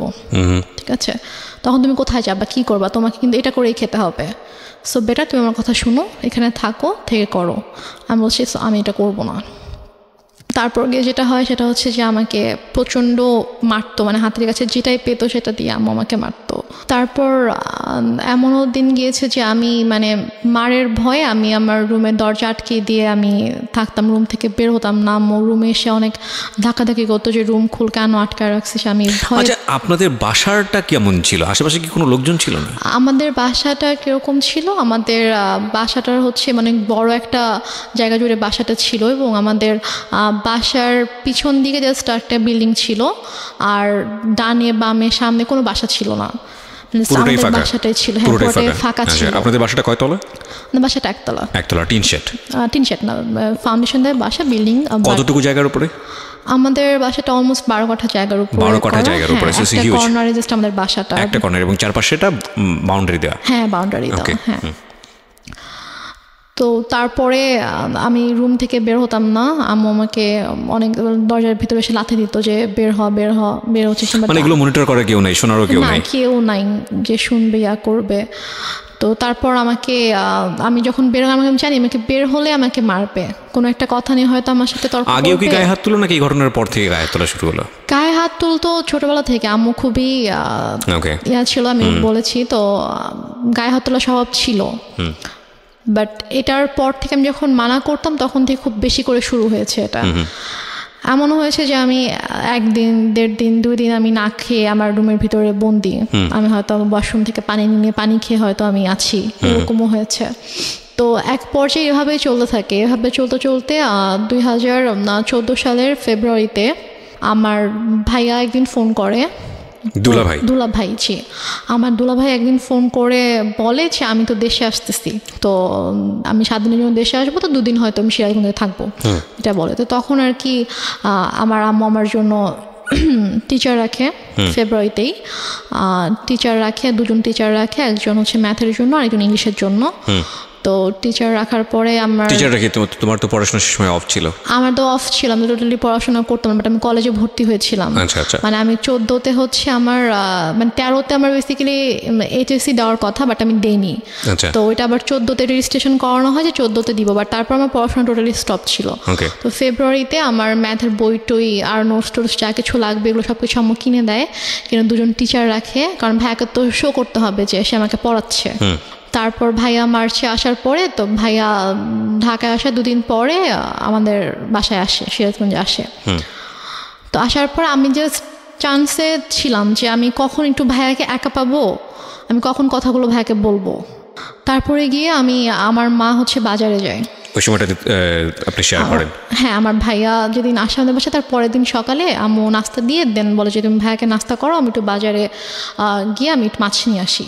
তো আম্মু যায়, যাওয়ার পরে এই ফাঁকে আমি ভাইয়াকে সব কিছু বলে দিই, মানে একদম আব্বু মারা যাওয়া থেকে শুরু করে আমার বিয়ে, ডিভোর্স, তারপরে পরের ঘটনাগুলো সব কিছু ভাইয়াকে বলি যে আমাকে এভাবে অত্যাচার করতো। তারপর আমার মা, ওই যে আমি বললাম 2006 সাল থেকে স্টিল আমি যখন 2014তে বাসা থেকে বের হয়ে আসি তার আগ পর্যন্ত আমার মায়ের যে আপত্তিকর ঘটনাগুলো সেগুলো সব কিছু আমি ভাইয়াকে জানাই। তো ভাইয়া তো শুনে খুবই শকড হয়ে যায় যে তুমি এতদিন কেন জানাও নি। তো আমি বলি যে আমি এরকম সিচুয়েশনে ছিলাম, জানাতে পারিনি। তো ভাইয়া তখন বলে ঠিক আছে, কোনো সমস্যা নেই, আমি ঢাকায় যাচ্ছি, আমি ঢাকা যাওয়ার পরে তুমি জাস্ট চুপ থাকো, তুমি মানে বুঝতে দিও না যে তো আমি জানি, নাহলে তোমাকে মেরে ফেলবে, তোমার ক্ষতি করবে, তুমি জাস্ট বুঝতে দিও না যে আমি সব কিছু তুমি আমাকে বলেছো। ও ভাইয়া আসার আগে আবার আম্মু আমাকে বলে যে যদি কিছু কোনোভাবে জানাস তাহলে কিন্তু তোর খবর আছে, মানে আমাকে হুমকি দেয় যে কিছু জানলেই কিন্তু তোর খবর আছে। তো তারপর তো আমি বলি। তো ভাইয়া ঢাকায় যাওয়ার পরে, তো ভাইয়া কয়েকদিন পরে কানাডায় চলে যায়। তো যাওয়ার পরে আপুকে বলে ভাইয়া গিয়ে যে ওর সাথে এরকম করেছে আম্মা। তো আপু টয়লেট করতে পারে না, আপু আম্মুকে ফোন দিয়ে ফেলে, ফোন দিয়ে বলে যে তুমি কেন আমার বোনের সাথে এগুলো করেছো, তোমার কিসের অভাব ছিল, তোমার টাকা লাগবে তুমি বলতা, আরো টাকা লাগবে বলতাম, তোমাকে টাকা দিতাম, তো তুমি কেন আমার বোনকে ধরনের কথা বলেছো কেন? And finally the situation outbursting, going to be outburstered. আমি আসলে ছোট্ট একটা বিরতির পর ফিরে এসে আপনাদেরকে দেখাবো বা শোনাবো ইনফ্যাক্ট যে এই মেয়েটি এখন কোথায় দাঁড়িয়ে আছে বা কি হচ্ছে ওর লাইফে। আমার বোন আম্মুকে ফোন করে যে তুমি কেন এরকম করলে। তো তারপর তো আম্মু বুঝে যায় যে আমি সব কিছু বলে দিয়েছি। তো তখন আম্মু বলে যে না, এগুলো সব মিথ্যা কথা বলেছে, আমি এরকম কিছুই ওর সাথে করিনি, কিছুই করিনি। কেন মিথ্যা বলছে এটা আমি জানি না, তোমার সাথে আমার সম্পর্ক খারাপ করার জন্য এরকম বলছে। তা আপু বলেছে যে আমি জানি, তোমাকে জানি, আমি আমার বোনকেও জানি, সো ঠিক আছে, বাট আমি জাস্ট আজকে তোমাকে আমি বলতেছি যে ফাইন। এটা যদি বলে থাকে আপনার আপু, তাহলে আপনার আপুর এটা করা উচিত ছিল আগে থেকেই, যাতে করে আপনার এই সিচুয়েশনটা ফেস না করতে হয়। সো সেটা সে কেন করেনি? আপু হয়তো বুঝিনি যে আমার সাথে হয়তো এতটা করবে, এরকম খারাপ করবে, যে হ্যাঁ সে হয়তো তার কিছু মানে everybody has their own definition, own logic. আমরা যেতে চাই না, বাট আমাদের মাথায় কোশ্চেন ছিল বলেই করলাম। বাট আপনার লাইফে ঘটেছে এটা, হ্যাঁ ঠিক আছে। তারপরে তো আমার বোন হয়তো চিন্তা করেছে যে মানে আমার সাথে হয়তো এরকম করবে, এটা হয়তো সে চিন্তাও করতে পারেনি। তারপর কি হলো, বাসায় কি হলো? তারপর এটা নিয়ে আপুর ফোনটা রাখার পরে আমাকে আম্মু অনেক ইচ্ছা মতো আমাকে পিটাইছে। তো তুই কেন এরকম করছিস, কেন বলছিস, আমাকে বটিও নিয়ে আসছে আমাকে মারার জন্য। তো তারপর তুই এটা একদম ঠিক করিস নাই, খুব খারাপ করছিস, দেখ এখন আমি তোর সাথে কি করি, এটা বলে। তো বলার পরে আম্মু রুম থেকে চলে যায়। তো আপু ফোন করে, আবার ফোন দিয়ে তখন বলে যে ওর কাছে এখন একটা ফোন দাও, মানে ওর ফোন ওকে দাও, ওকে সিম দাও, ওর কাছে ফোন থাকবে, আমি ওর সাথে যোগাযোগ করব। আর আমি আজকের পর থেকে ওর গায়ে যদি একটা টাচও করা হয় তাহলে তোমার সাথে খুব খারাপ হয়ে যাবে, আমি কিন্তু আর টয়লেট করবো না, আমি কিন্তু আমার যেটাই করা দরকার আমি সেটা করব, তুমি কিন্তু আমার বোনের কোনো ক্ষতি করবা না। ওর পরীক্ষা ওকে ঠিক মতো পড়তে দাও, পড়ে তুমি ওকে পরীক্ষা দিতে দাও, ওর সাথে তুমি আর কোনো ধরনের কোনো খারাপ আচরণ করবা না। ওকে। তো এটা বলার পরও আম্মু থেমে থাকে না, সে আমার সাথে কন্টিনিউয়াসলি তো মিসবিহেভ করতেই থাকে। তো এক পর্যায়ে একদিন সকালবেলা যেটা হয়, আমি ঘুম থেকে উঠে বাইরে গিয়েছি সকাল 9টার দিকে। তো আমি পানি খাওয়ার জন্য আমি ডাইনিংয়ে গিয়েছি। তো আমাদের বাসাটা হচ্ছে ড্রয়িং আর ডাইনিং একসঙ্গে। তো ড্রয়িং রুম দিয়ে আর কি ডাইনিংয়ে ঢুকতে হয় আমার বেডরুম থেকে বের হয়ে। তো আমি গিয়েছি, তো দেখি যে একজন লোক বসে আছে আমার ড্রয়িং রুমে। তো আমি আমাদের ফেস চিনতাম, উনিও আমাদের এলাকারই ছিল, আমার ফেস চিনতাম। তো আমি যে সালাম দিয়েছি, সালাম দিয়ে আমি ডাইনিংয়ে গিয়েছি, গিয়ে ফ্রিজ থেকে পানি খুলে আমি পানি খাচ্ছি। তো এর মধ্যে দেখেছি ওই লোকটা ডাইনিংয়ে এসেছে। তো আমি বলেছি যে আপনার কিছু মানে লাগবে, আপনি এখানে কেন? তো বলতেছে যে না, সে আমার হঠাৎ করে আমার হাত ধরছে। আচ্ছা ফাইন রেনুমা, আমি পার্টটা স্কিপ করতে চাই, because I know this part. Skip করতে চাই এই কারণে যে আসলে আমার মনে হয় এটা এনাফ। মানে তোমার সম্পর্কটা কেমন ছিল ফ্যামিলিতে এইটুকু বলার, এইটুকু যতটুকু হয়েছে এতক্ষণ ধরে বলা, এটা এনাফ। বাট থাক না, কিছু বিষয়ে আমরা নাই বা রিভিল করি। ওকে, সো স্কিপ করো এটা। তারপরে কি হয়? মা তো নিশ্চয়ই বাসায় ফিরে অনেক বেশি টর্চার করে। ঘটনাটার পরে যেটা হয়, আমি জাস্ট হাতটা ছাড়িয়ে নিয়ে আমি আমার রুমে চলে যাই। চলে যাওয়ার পরে তো মা বাসায় আসার পরে আসলে ওই দিন থেকে আমার প্রতি মানে আরও বেশি শুরু হয়ে যায় আর কি। লাইক আমার পরীক্ষাও কাছে এগিয়ে আসছে, আমার এপ্রিলের 1 তারিখ থেকে পরীক্ষা ছিল। তো এটা হচ্ছে মার্চের লাস্টের দিকে ঘটনা। তো আম্মু যেটা করতো সেটা হচ্ছে যে আমার খাবারের ভিতরে ঘুমের ওষুধ মিশিয়ে রাখতো। মিশিয়ে দিয়ে দেখা যেত যে আমি ঘুমিয়ে থাকতাম, আমি পড়তে পারতাম না। তো মানে এরকম। তারপর হচ্ছে মানে আমাকে ঠিক মতো হয়তো আমি যদি খাবার না খেতাম, যদি বলতাম যে আমি নিজে কুক করে খাই, তো বলতো যে না, তুমি নিজে কুক করতে পারবে না। আমি না নিতে পারতেছি না এই কারণে মানে একদম টু বি ফ্র্যাঙ্ক বলি, সেটা হচ্ছে এই মা শব্দটা। সো এটা তোমার লাইফে অনেক ভয়ানক রকমের হয়তো অনেক ট্রমা জাতীয় কোনো কিছু, বাট আমাদের প্রত্যেকের জীবনেই এটা অনেক রেসপেক্টের জায়গাটা থেকে আমরা বরং আর না যাই। আমি বরং কিছু কোশ্চেন করে আজকের অনুষ্ঠানটা ইতির দিকে নিয়ে আসি। I am sorry to say, because আমি তোমার সঙ্গে লম্বা সময় ধরে কথা বলেছি এবং আমি জানি বিষয়গুলো ইন ডিটেলে আনা উচিত।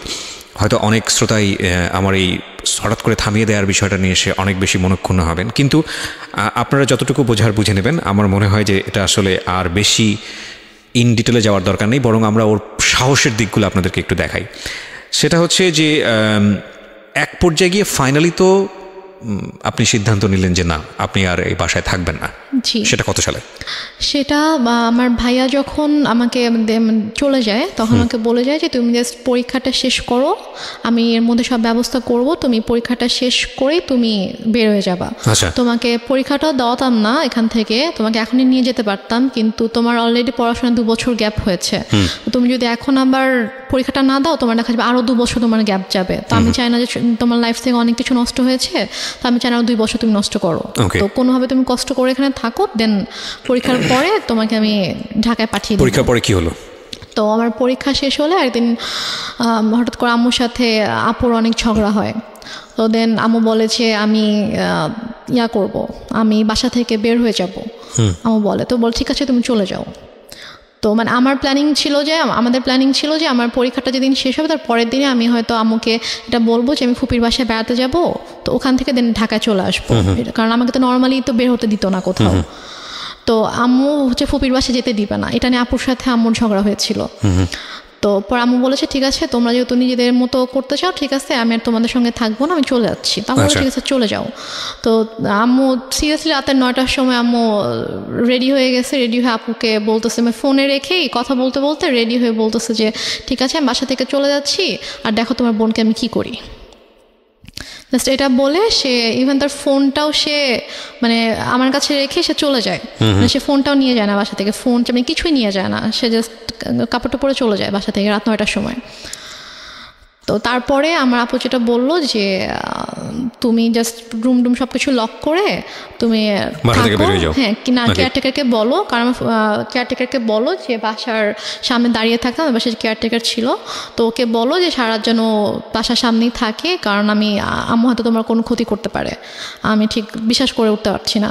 তো তুমি জাস্ট কোনো রকম সব কিছু লক করে দিয়ে থাকো, তুমি সকাল হওয়ার সাথে সাথে ফুপির বাসায় চলে যাবা। আমার ফুপির বাসা ছিল হচ্ছে আমাদের বাসা থেকে 1.5 ঘন্টার দূরে, গাড়িতে 1.5 ঘন্টা লাগবে। তো আমি সারা রাত আমার বোন আমার সাথে ফোনে ছিল, আমার সাথে কথা বলেছে সারা রাত। তো আম্মু সারা রাত আর কোনো সমস্যা করেনি। তো আমি সকালবেলা ফজরের নামাজ পড়ে আমি আমার ফুপির বাসায় চলে যাই। রমজান মাস ছিল, তো আমি সেহরি করে ফজরের নামাজ পড়ে আমি 5:30টার দিকে বের হয়ে যাই বাসা থেকে। কেয়ারটেকারের কাছে চাবি, জাস্ট গেটের চাবিটা দিয়ে বাসার চাবিটা নিয়ে আমি চলে যাই। কেয়ারটেকার ছিল বাসাতে? কেয়ারটেকার বলতো যে উনি হচ্ছে যে আমাদের বাসার সামনে কিছু দোকান ছিল, তো সেগুলোর মেনটেন করতো, তারপর বাসার সব বিল টিল পে করতো, এগুলোর জন্য। তার মানে তো উনি ইনফর্ম ছিল বাসার ভিতরে কি হচ্ছে না হচ্ছে? উনি তো বাসায় থাকতো না, আর হচ্ছে উনি জাস্ট হচ্ছে দোকান মেনটেন করতো, আর ওনাকে যদি ফোন দিতাম তখন আর কি উনি আসতো বাসার কোনো সমস্যা হলে। ঠিক আছে, ওকে। তারপর না, কিন্তু যেহেতু উনি বাসা পাহারা দিচ্ছে বাইরে এবং বাসার মালিক তো এক অর্থে আপনার বড় বোন, আপনি যেটা বলছিলেন যে প্রপার্টির মালিক হচ্ছে বড় বোন, তো যে যাচ্ছে মানে উনি তো খুব স্বাভাবিকভাবেই কিউরিয়াস হওয়ার কথা যে বাসার ভিতরে কি হচ্ছে মা আর মেয়ে মিলে। ওনার সামনে কখনো আসলে ওইভাবে কোনো সিনক্রেট করা, আমি হয়তো আপনাকে বলেছি যে আমার মা আমাদের সাথে একরকম আর বাইরের মানুষের সামনে টোটালি অন্যরকম ছিল। যেমন আমার যখন পরীক্ষা চলছিল তখন আমার মা প্রতিদিন আমাকে নিয়ে যেত, নিয়ে আসতো। সে কিন্তু এই জন্য আমাকে নিয়ে যেত, নিয়ে আসতো যাতে আমি কারোর সাথে কথা না বলতে পারি। এখানে একটা বিষয় প্রিয় শ্রোতা, আমি ওর যে গল্পটা, সেই গল্পে আমি অনেক সন্দেহ তৈরি করার জন্য অনেক বেশি কোশ্চেন করেছি, অনেক বেশি ইন্টারাপ্ট করেছি, বাট সরি টু সে আমি যে অ্যান্সারগুলো পেয়েছি সেখানে আসলে সন্দেহটা সেভাবে দানা বাঁধেনি। এবং তার মানে এটা নয় যে ওনার মা যেটা করেছে, উনি যেটা বলেছে সেটা 100% সত্য আপনাকে ধরে নিতে হবে, আমি সেটা আপনাকে বলছিও না। বাট কোশ্চেন করাটা আমার জায়গা থেকে দায়িত্ব ছিল, আমি সেটা করেছি। কি করবেন না করবেন সেটা একান্তই আপনার বিষয়, বলেন। তারপর তো সবার ধারণা ছিল যে বা মা মেয়েকে অনেক ভালোবাসে, এত কেয়ার করে যে পরীক্ষার হলের বাইরে বসে থাকে, আবার মেয়েকে নিয়ে যায় 3 ঘন্টা বসে থেকে আবার নিয়ে আসে। আউটলুকিংটা ডিফারেন্ট ছিল, হ্যাঁ না, কিন্তু আমি ওই জায়গাটায় আসতে চাই যে বাসা থেকে বের হয়ে তারপর আমি বাসা থেকে চলে আসি। আমি বাসা থেকে ভোরবেলা আমার ফুপির কাছে চলে আসি। তো আমি জাস্ট আমার কয়েকটা কাপড় নিয়ে আমি বাসা থেকে চলে আসি। তো চলে আসার পরে আমার ফুপির বাসায় আমি প্রায় 1 মাসের মতো ছিলাম। ফুপি জানতো? হ্যাঁ, আমি গিয়ে সবকিছু বলি। আমি যাওয়ার পরে ফুপি জেনেছে, ফুপি চাচু মানে যার জানা সবাই স্প্রেড আউট হয়েছে। আমি বলেছি সবাইকে। তো সবাই তো শুনে খুব অবাক যে তুমি কেন আমাদেরকে এতদিন বলো না, তোমাকে অনেক আগে আমরা ওখান থেকে নিয়ে আসতাম। তাহলে আমার বলার তো কোনো ওয়ে ছিল না। তো তারপর আম্মু 2 দিন পরে বাসায় ব্যাক করে। তো ব্যাক করে দেখতে পাই আমি নাই। সে হয়তো মানে বুঝে উঠতে পারেনি যে আমি বাসায় থাকবো না। সে এসে দেখবে আমি হয়তো বাসায় আছি। তো সে যখন দেখে আমি বাসা নেই, সে তখন ফোন করে আমাকে। তো ফোন করে বলে যে তুমি কোথায়? আমি বলি যে আমি ফুপির বাসায়। তো বলে যে বাসায় আসো, চাবি নেই, আমি তো ঢুকতে পারতেছি না। আমি বলছি আমি বাসায় যাবো না। তো বলে যে না, বাসায় তো আসতে, বাসায় কেন আসবো? আচ্ছা, আমি এই ডিলেমাগুলো একটু শর্ট করি। হ্যাঁ, সেটা হচ্ছে যে বাসায় আপনি যাননি, এরপর কি করেছেন আপনি স্টেপ বাই স্টেপ? বাসায় যাইনি। তো তারপর আমি যখন ঢাকায় চলে আসবো, আমার ইউনিভার্সিটিতে অ্যাডমিশন নিতে হবে। তো আমার তো ওখানে আমার এসএসসির যে পেপারস, তারপর হচ্ছে কিছু সার্টিফিকেটস, এগুলো তো আমার লাগবে। তো এগুলো তো সব কিছু বাসায় আমি রেখে এসেছি, আমি তো কিছুই নিয়ে আসিনি বাসা থেকে। তো আমি যখন যেতে চাই, তো আমার ফুপি আম্মুর সাথে কথা বলে যে ওর তো কিছু পেপারস লাগবে, তো বাসায় যাবে, গিয়ে ওর যা লাগবে নিয়েও চলে আসবে। পরে বলে যে না, ও তো বাসায় ঢুকতে পারবে না, ওকে বাসায় আসতে দিব না। তো এক পর্যায়ে এবং আম্মু নানা সময় নানাভাবে আর কি আমাকে ফোন দিয়ে, ফুপিকে ফোন দিয়ে, চাচুকে ফোন দিয়ে সবাইকে থ্রেট করতো যে আপনার আমার মেয়েকে নিয়ে আমার সম্পর্কে ব্রেন ওয়াশ দিচ্ছেন, এই জন্য ওরকম করতেছে, আমি আপনাদের নামে কেস করবো যে আমার বাচ্চাকে কিডন্যাপ করে রাখছেন আপনারা। তো এগুলো নিয়ে আসলে আমার ফ্যামিলি সবাই খুব ভয় ছিল, যে কারণ তারা এটা বলতো যে ও যে কোনো কিছুই করতে পারে, যে তার নিজের মেয়ের সাথে এরকম করতে পারে, সে আমাদের ক্ষতি করতে তার বাঁধবে না। তো সবাই মিলে আমার আপুর সাথে ডিসকাস করে দেন ডিসিশন হলো যে আমি মানে তার নামে একটা জিডি করবো। আচ্ছা, তার নামে একটা জিডি করে রাখবো যে সে আমার সাথে এরকম বিহেভ করেছে এবং সে ইন ফিউচারে আমার এবং আমার ফ্যামিলির ক্ষতি করতে পারে। তো এরকম একটা কিছু জানিয়ে আমি জিডি করবো। তো তারপর ফুপির বাসা থেকে আমি আমার ফুপা, আমার বড় ভাই, আমার একটা চাচা সহ আমি আমাদের শহরে আসি। পুলিশ জিডি নিয়েছে? জি, পুলিশ মার এগেইনস্টে মেয়ে জিডি করছে। জি, নিয়েছে। তো ওখানকার গিয়ে যখন আমি ফার্স্টে বলি, তো ওখানকার অফিসাররা পরে বলে যে ঠিক আছে, আপনি ওসির সঙ্গে কথা বলেন। তো আমরা ওসির কাছে যাই। তো ওসির কাছে যাওয়ার পর ওনাকে যখন আমি ডিটেল সব ঘটনা খুলে বললাম, তখন উনি বলল যে এটা খুবই সেন্সিটিভ একটা ব্যাপার। তো ঠিক আছে, আমি জিডি করে দিচ্ছি, সমস্যা নেই। তারপর আপনি বাসায় ঢুকতে পারলেন? তারপর আমি বাসায় গেলাম, জিডি করে আমি বাসায় গেলাম, তারপর ঢুকতে দিচ্ছিল না, তারপর ওসি ফোন করে দেওয়াতে তারপর কি ঢুকতে দিয়েছে আমাকে। তো জিডিতে কি কি বিষয় মেনশন ছিল? জিডিতে মেনশন ছিল হচ্ছে যে উনি বললো যে জিডিতে তো যেসব বিষয় ঘটেছে এগুলো তো আসলে ডিটেলে লেখাটা পসিবল না এত কিছু, তো তুমি এভাবে একটা লেখো যে তুমি নিজের ইচ্ছায় তোমার ফুপির কাছে ছিলে এতদিন, তারা তোমাকে কিডন্যাপ করেনি এবং তুমি এখন পড়াশোনার জন্য তুমি সিরাজগঞ্জ থেকে ঢাকায় শিফট করছো এবং এখানে তোমার বোন তোমাকে টেক কেয়ার করবে, তোমার বোনের দায়িত্বে তুমি যাচ্ছ এবং তোমার ফুপু চাচা কারো কোনো দোষ নেই, তারা তোমাকে কিডন্যাপ করে তুমি নিজের ইচ্ছে তার কাছে এসেছিলে এবং ইন ফিউচারে যদি তোমার কোনো ক্ষতি হয় এটার জন্য তোমার মা দায়ী থাকবে। মা কেন দায়ী থাকবে? মানে সে আমার কোনো ক্ষতি করবে আর কি। জিডিতে এরকম টাচ দেয়া ছিল যে মা আমার সঙ্গে ধরনের আচরণ করছে? হ্যাঁ, আচরণ করে, সে আমাকে শারীরিকভাবে মানসিকভাবে অনেকভাবে নির্যাতন করেছে, গায়ে হাত তুলছে, যৌন নির্যাতন করছে। জি এগুলো ছিল, এগুলো জিডিতে ছিল? জি এগুলো ছিল। ওকে। তো তারপর আমি বাসায় যাই, বাসায় গিয়ে কিছু সার্টিফিকেট আমার প্রয়োজনীয় যা যা জিনিসপত্র ছিল আমি এগুলো নিয়ে দেন ফুপির বাসায় চলে আসি। তার কয়েকদিন পরে আমি ঢাকায় চলে আসি এবং ঢাকায় চলে আসার পরে আমার রেজাল্ট দেয়। তো আমি আসলে আমার রেজাল্টের দিন আমি বিশ্বাসই করতে পারছিলাম না, আমার খুব ভয় করছিল যে আমি হয়তো ফেল করব। ঢাকায় আসেন কত সালে? আমি ঢাকায় আসি 2014 সালের আগস্ট মাসে। এই প্রায় 5 বছর জি। আপনি বাড়ি যাননি? আমি যাইনি বাড়িতে। মার সঙ্গে কোনো যোগাযোগ নেই? কোনো যোগাযোগ নেই। ফোনে একবার হাই হ্যালো হয়নি? ফোনে 2বার কথা হয়েছে। এই 5 বছরে মাত্র 2বার? হ্যাঁ, আমি ফোন দিয়েছিলাম, একবার আম্মু ফোন দিয়েছিল, আমার নাম্বার আমি চেঞ্জ করে ফেলেছিলাম ঢাকা আসার পর আমার নাম্বার, তো সামহাও পেয়ে যায়, তো পেয়ে আমাকে ফোন করে দেন আমি কথা বলি না, আমি ফোন রেখে দিই, দেন আমি নিজে কল দিয়েছিলাম কারণ মানে আমার না খারাপ লাগতো, মানে যত কিছুই করুক তারপরও দেখা যায় যে মানে কেউ যদি বাচ্চা যদি অসুস্থ হয় অথবা অনেক খারাপ কোনো সময় কাটায় অথবা অনেক খুশির কোনো সময় কাটায় তখন কিন্তু স্বাভাবিকভাবেই মা বাবা ভাই বোন আপনজনদের কথা মনে পড়ে। তো আমি যখন ঢাকায় আসার পরে যখন আমি সিক হতাম তখন হোস্টেলে থাকতাম একা একা, তো আমি খুব লোনলি ফিল করতাম এবং যখন খুব বেশি অসুস্থ হতাম তখন আমার খুব ইচ্ছা করতো যে অন্যদের মাকে দেখতাম যে আমার মা কেন অন্যদের মতো না, অন্য মায়েরা তো এত ভালো, তার বাচ্চাদেরকে এত কেয়ার করে, বাচ্চাদেরকে আগলে রাখে এবং একটা মায়ের কাছে তো বাচ্চা সবচেয়ে সেফ থাকা উচিত, যেটা আমি ছিলাম না। তো আমার সাথেই কেন এরকম হতো, আমি নামাজ পড়ে আল্লাহর কাছে কান্না করতাম যে আল্লাহ আমার সাথেই কেন এরকম হলো, আমার মা কেন এরকম, অন্যদের মা তো এত ভালো। তো আমি একদম ইমোশনাল হয়ে আমি আমার মাকে ফোন দিয়েছিলাম, গত বছর অক্টোবর মাসে ফোন দিয়েছিলাম আম্মুকে। তো সে প্রথম 1 মিনিট আমার সাথে ভালো করে কথা বলেছে, ভালো করে বলতে চাই, জিজ্ঞেস করলাম যে কেমন আছো, ভালো আছি, তুমি কেমন আছো, আমি বলছি ভালো আছি। তো তারপরে বলতেছে যে তুমি কেন এভাবে আমাকে সবার সামনে খারাপ বানিয়ে তুমি বাসা থেকে চলে গিয়েছো। তো আমি বলেছি যে আমি কেন এসেছি তুমি জানো না, তুমি আমার সাথে যা করেছো তারপর আমি কীভাবে তোমার সঙ্গে থাকতাম। আমাকে বলছে তোমার সাথে আমি কী করেছি, তুমি আমার সাথে কী করেছো জানো না, বলেছে না আমি তোমার সাথে কিছুই করিনি। পরে বলছে যে বলো আমি তোমার সাথে কী করেছি। তখন আমি বলছি তুমি আমার সাথে আমাকে মারধর করেছো, আমাকে আমার সংসারটা নষ্ট করেছো, আমাকে আমার ভালোবাসার মানুষের থেকে তুমি দূর করেছো, তার সামনে আমাকে খারাপ বানিয়েছো, আমার সাথে তুমি অনেক কিছুই তো করেছো, তো তুমি এগুলো কিছুই করোনি, তুমি কীভাবে বলতেছো যে তুমি কী করছো তুমি জানো না। বলতেছে যে আমি তো তোমার সাথে এরকম কিছুই করিনি, তুমি তো নিজেই ডিভোর্স দিচ্ছ, তোমার ডিভোর্সের জন্য তো আমি দায়ী ছিলাম না, তো তুমি কেন এখন আমাকে মিথ্যা ব্লেম করতেছো, আর তোমাকে আমি কবে মারছি, তোমাকে তো আমি মারি নাই। মানে সে আমার সাথে যা যা করেছে তার সব কিছুই সে এখন অস্বীকার করে আমার কাছে। আমার আপুর সাথে মাঝে মাঝে তার কথা হয়, তখন সে আমার আপুকেও বলে যে না আমি ওর সাথে কিছুই করিনি। আপনার বড় আপুর সঙ্গে তো সেরকম কোনো কিছু করেনি আপনার দেখা মতে? বড় আপুর সংসারে অনেক ঝামেলা সৃষ্টি করার চেষ্টা করেছে, সেটা হচ্ছে বড় আপু শ্বশুর বাড়িতে ফোন দিয়ে আপুর হাজব্যান্ডকে ফোন দিয়ে আপুর সম্পর্কে অনেক উল্টাপাল্টা কথা বলেছে।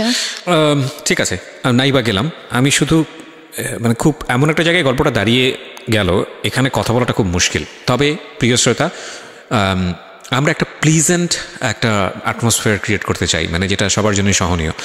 এতক্ষণ যারা গল্পটা শুনেছেন তারা মনে হতে পারে যে না আমরা আইএমএ জাহিলিয়ার যুগে বসবাস করছি। সামহাও কখনো কখনো এমন কোনো ঘটনার মুখোমুখি আমাদেরকে দাঁড় করিয়ে দেয় সিচুয়েশন, আসলে কখনো কখনো আমরা বলতে বাধ্যই হই হয়তো বা আসলে ওরকম যুগেই বসবাস করছি। বাট না, আমাদেরকে সেভাবে ভাবলে হবে না, এর মধ্য দিয়ে পজিটিভ কিছু ভাবতে হবে। আমি আপনাকেও অ্যাকিউজ করছি না, আপনার মাকেও অ্যাকিউজ করছি না, এটা আমার দায়িত্ব না এবং আমাদের শোর জায়গা থেকে সেটা যায়ও না। আমি বরং সিচুয়েশন দেখতে চাই। আপনার মা একটা সিচুয়েশনের অ্যাক্টর, আপনি একটা সিচুয়েশনের অ্যাক্টর। মনোজগতের বা মনোবিজ্ঞানীদের ভাষায় কোনো মানুষ আসলে খারাপ না, যদি কোনো মানুষ খারাপ কোনো অ্যাক্ট করে তো সেটা তার সাময়িক মানসিক প্রবলেম, এবং সেটাকে ঠিক করা হচ্ছে মনোবিজ্ঞানের দায়িত্ব, ধরে নেওয়া হয় এরকম। আমরা সেই জায়গাটা থেকেই হয়তো আপনার মাকে দেখতে চাই যে আপনার বাবার অ্যাক্সিডেন্ট হওয়ার পরে সে কোনো বড় রকমের ডিজাস্টারের মেন্টাল ফেজের মধ্যে গেছে, যেটা হয়তো আপনি জানেন না।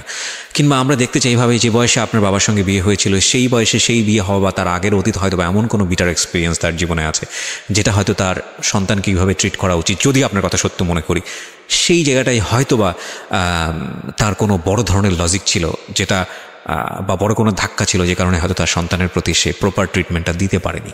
দেখতে চাই এমনভাবে যে অনেক মানুষ সুস্থ থাকার পরেও ভেতরে ভেতরে ভয়ঙ্কর রকমের অসুস্থ থাকে।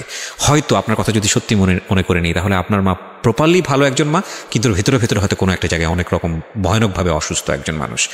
তো এত কিছুর পরে আমি জানি আপনার সেই যত কিছুই হোক না কেন, যেটাই হোক না কেন, সে যেহেতু আপনাকে গর্ভে ধরেছে, আপনি তার শরীরে রক্ত মাংস খেয়ে বড় হয়েছেন, দুনিয়াতে এসছেন, এবং তার মাধ্যমে আল্লাহ আপনাকে পৃথিবীতে নিয়ে এসছে।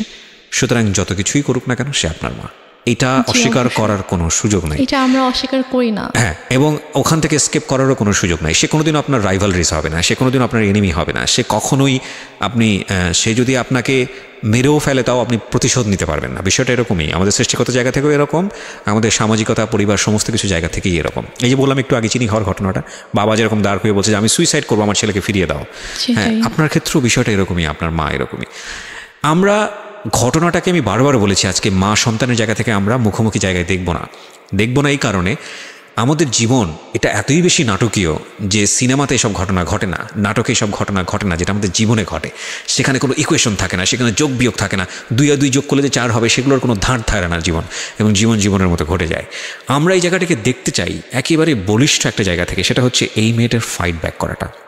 দেখুন, এই মেয়েটা এমন একটা জায়গাতে ছিল, বাবা তার সবচেয়ে আশ্রয়স্থল, বাবার চলে যাওয়া, তারপরে এই মেয়ের সে অর্থে প্রপার্টি বলতে কিছুই নাই, এবং তার মা নিয়ে নিল, এখন যেটা আছে সেটা বড় বোনের, ন্যায্যতই হয়তো বড় বোনের, এবং তারপরেও ওখানে থেকে সে যে সিচুয়েশনগুলো ফেস করেছে তার কথা যদি সত্যি হয়ে থাকে তাহলে একটা ভয়ানক রকমের বাজে সিচুয়েশন, যেখানে তার শেল্টার পাওয়ার কথা সেখানে সে শেল্টার না পেয়ে সেখানে একটা শত্রু সম্পর্ক দাঁড়িয়ে গেছে, এবং প্রচণ্ডভাবে মানসিকভাবে সে টর্চার হয়েছে, এবং ভয়ানক রকমের একটা ডিজাস্টার হতে পারত। কিন্তু এই মেয়েটা মনোবল হারায়নি, সে ওখান থেকে বের হয়ে এসছে, এবং সে একটা প্রাইভেট ইউনিভার্সিটিতে পড়ে। বিশেষতই আমরা পরিচয়টা রিভিল করিনি কোন প্রাইভেট ইউনিভার্সিটিতে পড়ে, এবং ওর নাম সব কিছুই আমরা এখানে অন্যভাবে প্রেজেন্ট করেছি, ওর সামাজিকতার কথা চিন্তা করে, ওর পরিবারের কথা চিন্তা করে, এবং এমনভাবে উপস্থাপন করা হয়েছে যাতে করে ওর আইডেন্টিটি কখনো ফ্ল্যাশ না হয়। আর দেখুন, ও যেখানে পড়াশোনা করছে এবং যে সাবজেক্ট নিয়ে পড়াশোনা করছে সেটার ফিউচার সারা ওয়ার্ল্ডেই অনেক বেটার, সো একটা সময় হয়তো অনেক বেশি দাঁড়িয়ে যাবে। কিন্তু যে জিনিসগুলো ওর জীবনে ভয়ানক রকমভাবে ক্ষতি হয়ে গেছে, সেই বিষয়গুলো কি ও কখনো ভুলে উঠতে পারবে? কখনো কি স্বাভাবিক জীবনে ফিরে যেতে পারবে? ও যা দেখেছে সেই দেখার জায়গাটা থেকে ওর ভেতরে যেটা তৈরি হয়েছে সেই জায়গাটাকে কি ওভারকাম করে ও সুস্থ জীবনে ফিরে যেতে পারবে? ওর একটা খুব সুন্দর মা হওয়ার প্রত্যেকটা মেয়েরই হয়তো বা এই ইচ্ছাটা থাকে, সেই সুযোগটা কি ওর জীবনে কখনো তৈরি হবে? যত কিছুই হোক না কেন, যাই হোক না কেন, ওর জন্য পজিটিভ যেন হয় সেটা জানিয়েই আজকের এই অনুষ্ঠানটা শেষ করতে চাই। আমি শুধু বারবারই একটা কথা বলবো, please don't give up. Situation যেটাই হোক না কেন, যাই হোক না কেন, এর চেয়েও হয়তো ভয়ানক ঘটনা ঘটে সমাজে, আমরা গল্প প্রচার করি, আমাদেরকে রেডিও মাথায় রাখতে হয়, লাখ লাখ মানুষ এটা শুনছে, মাথায় রাখতে হয়। যতটুকু সম্ভব মানুষের, সব শ্রেণীর মানুষ যেহেতু অনুষ্ঠানটি শোনেন, সেইভাবে এটাকে উপস্থাপন করার চেষ্টা করে যাই। আজকের এই গল্পটি আমাদের জীবনে যেভাবে উপস্থাপিত হয়েছে তার চেয়েও হয়তো ভয়ানক ঘটনা কারো পরিবারে ঘটছে, তার চেয়েও হয়তো ভয়ানক ঘটনা কোনো একটা সমাজে ঘটছে। আমরা যেই অবস্থার মধ্যেই থাকি না কেন, সেখান থেকে বের হয়ে এসে আমরা যেন নিজেকে একটা জায়গায় স্টাবলিশ করতে পারি, আমরা যেন কখনো গিভ আপ না করি। আমি যতবার এরকম জীবন গল্প উপস্থাপন করেছি, একটা মেয়ের জীবন গল্প, আমি শুধু একটা মেসেজই মোটা দাগে যাবার চেষ্টা করেছি যে আমাদের সমাজে মেয়েরা কতটা ভয়ানক রকমের ভালনারেবল পরিবেশের মধ্যে থাকতে পারে।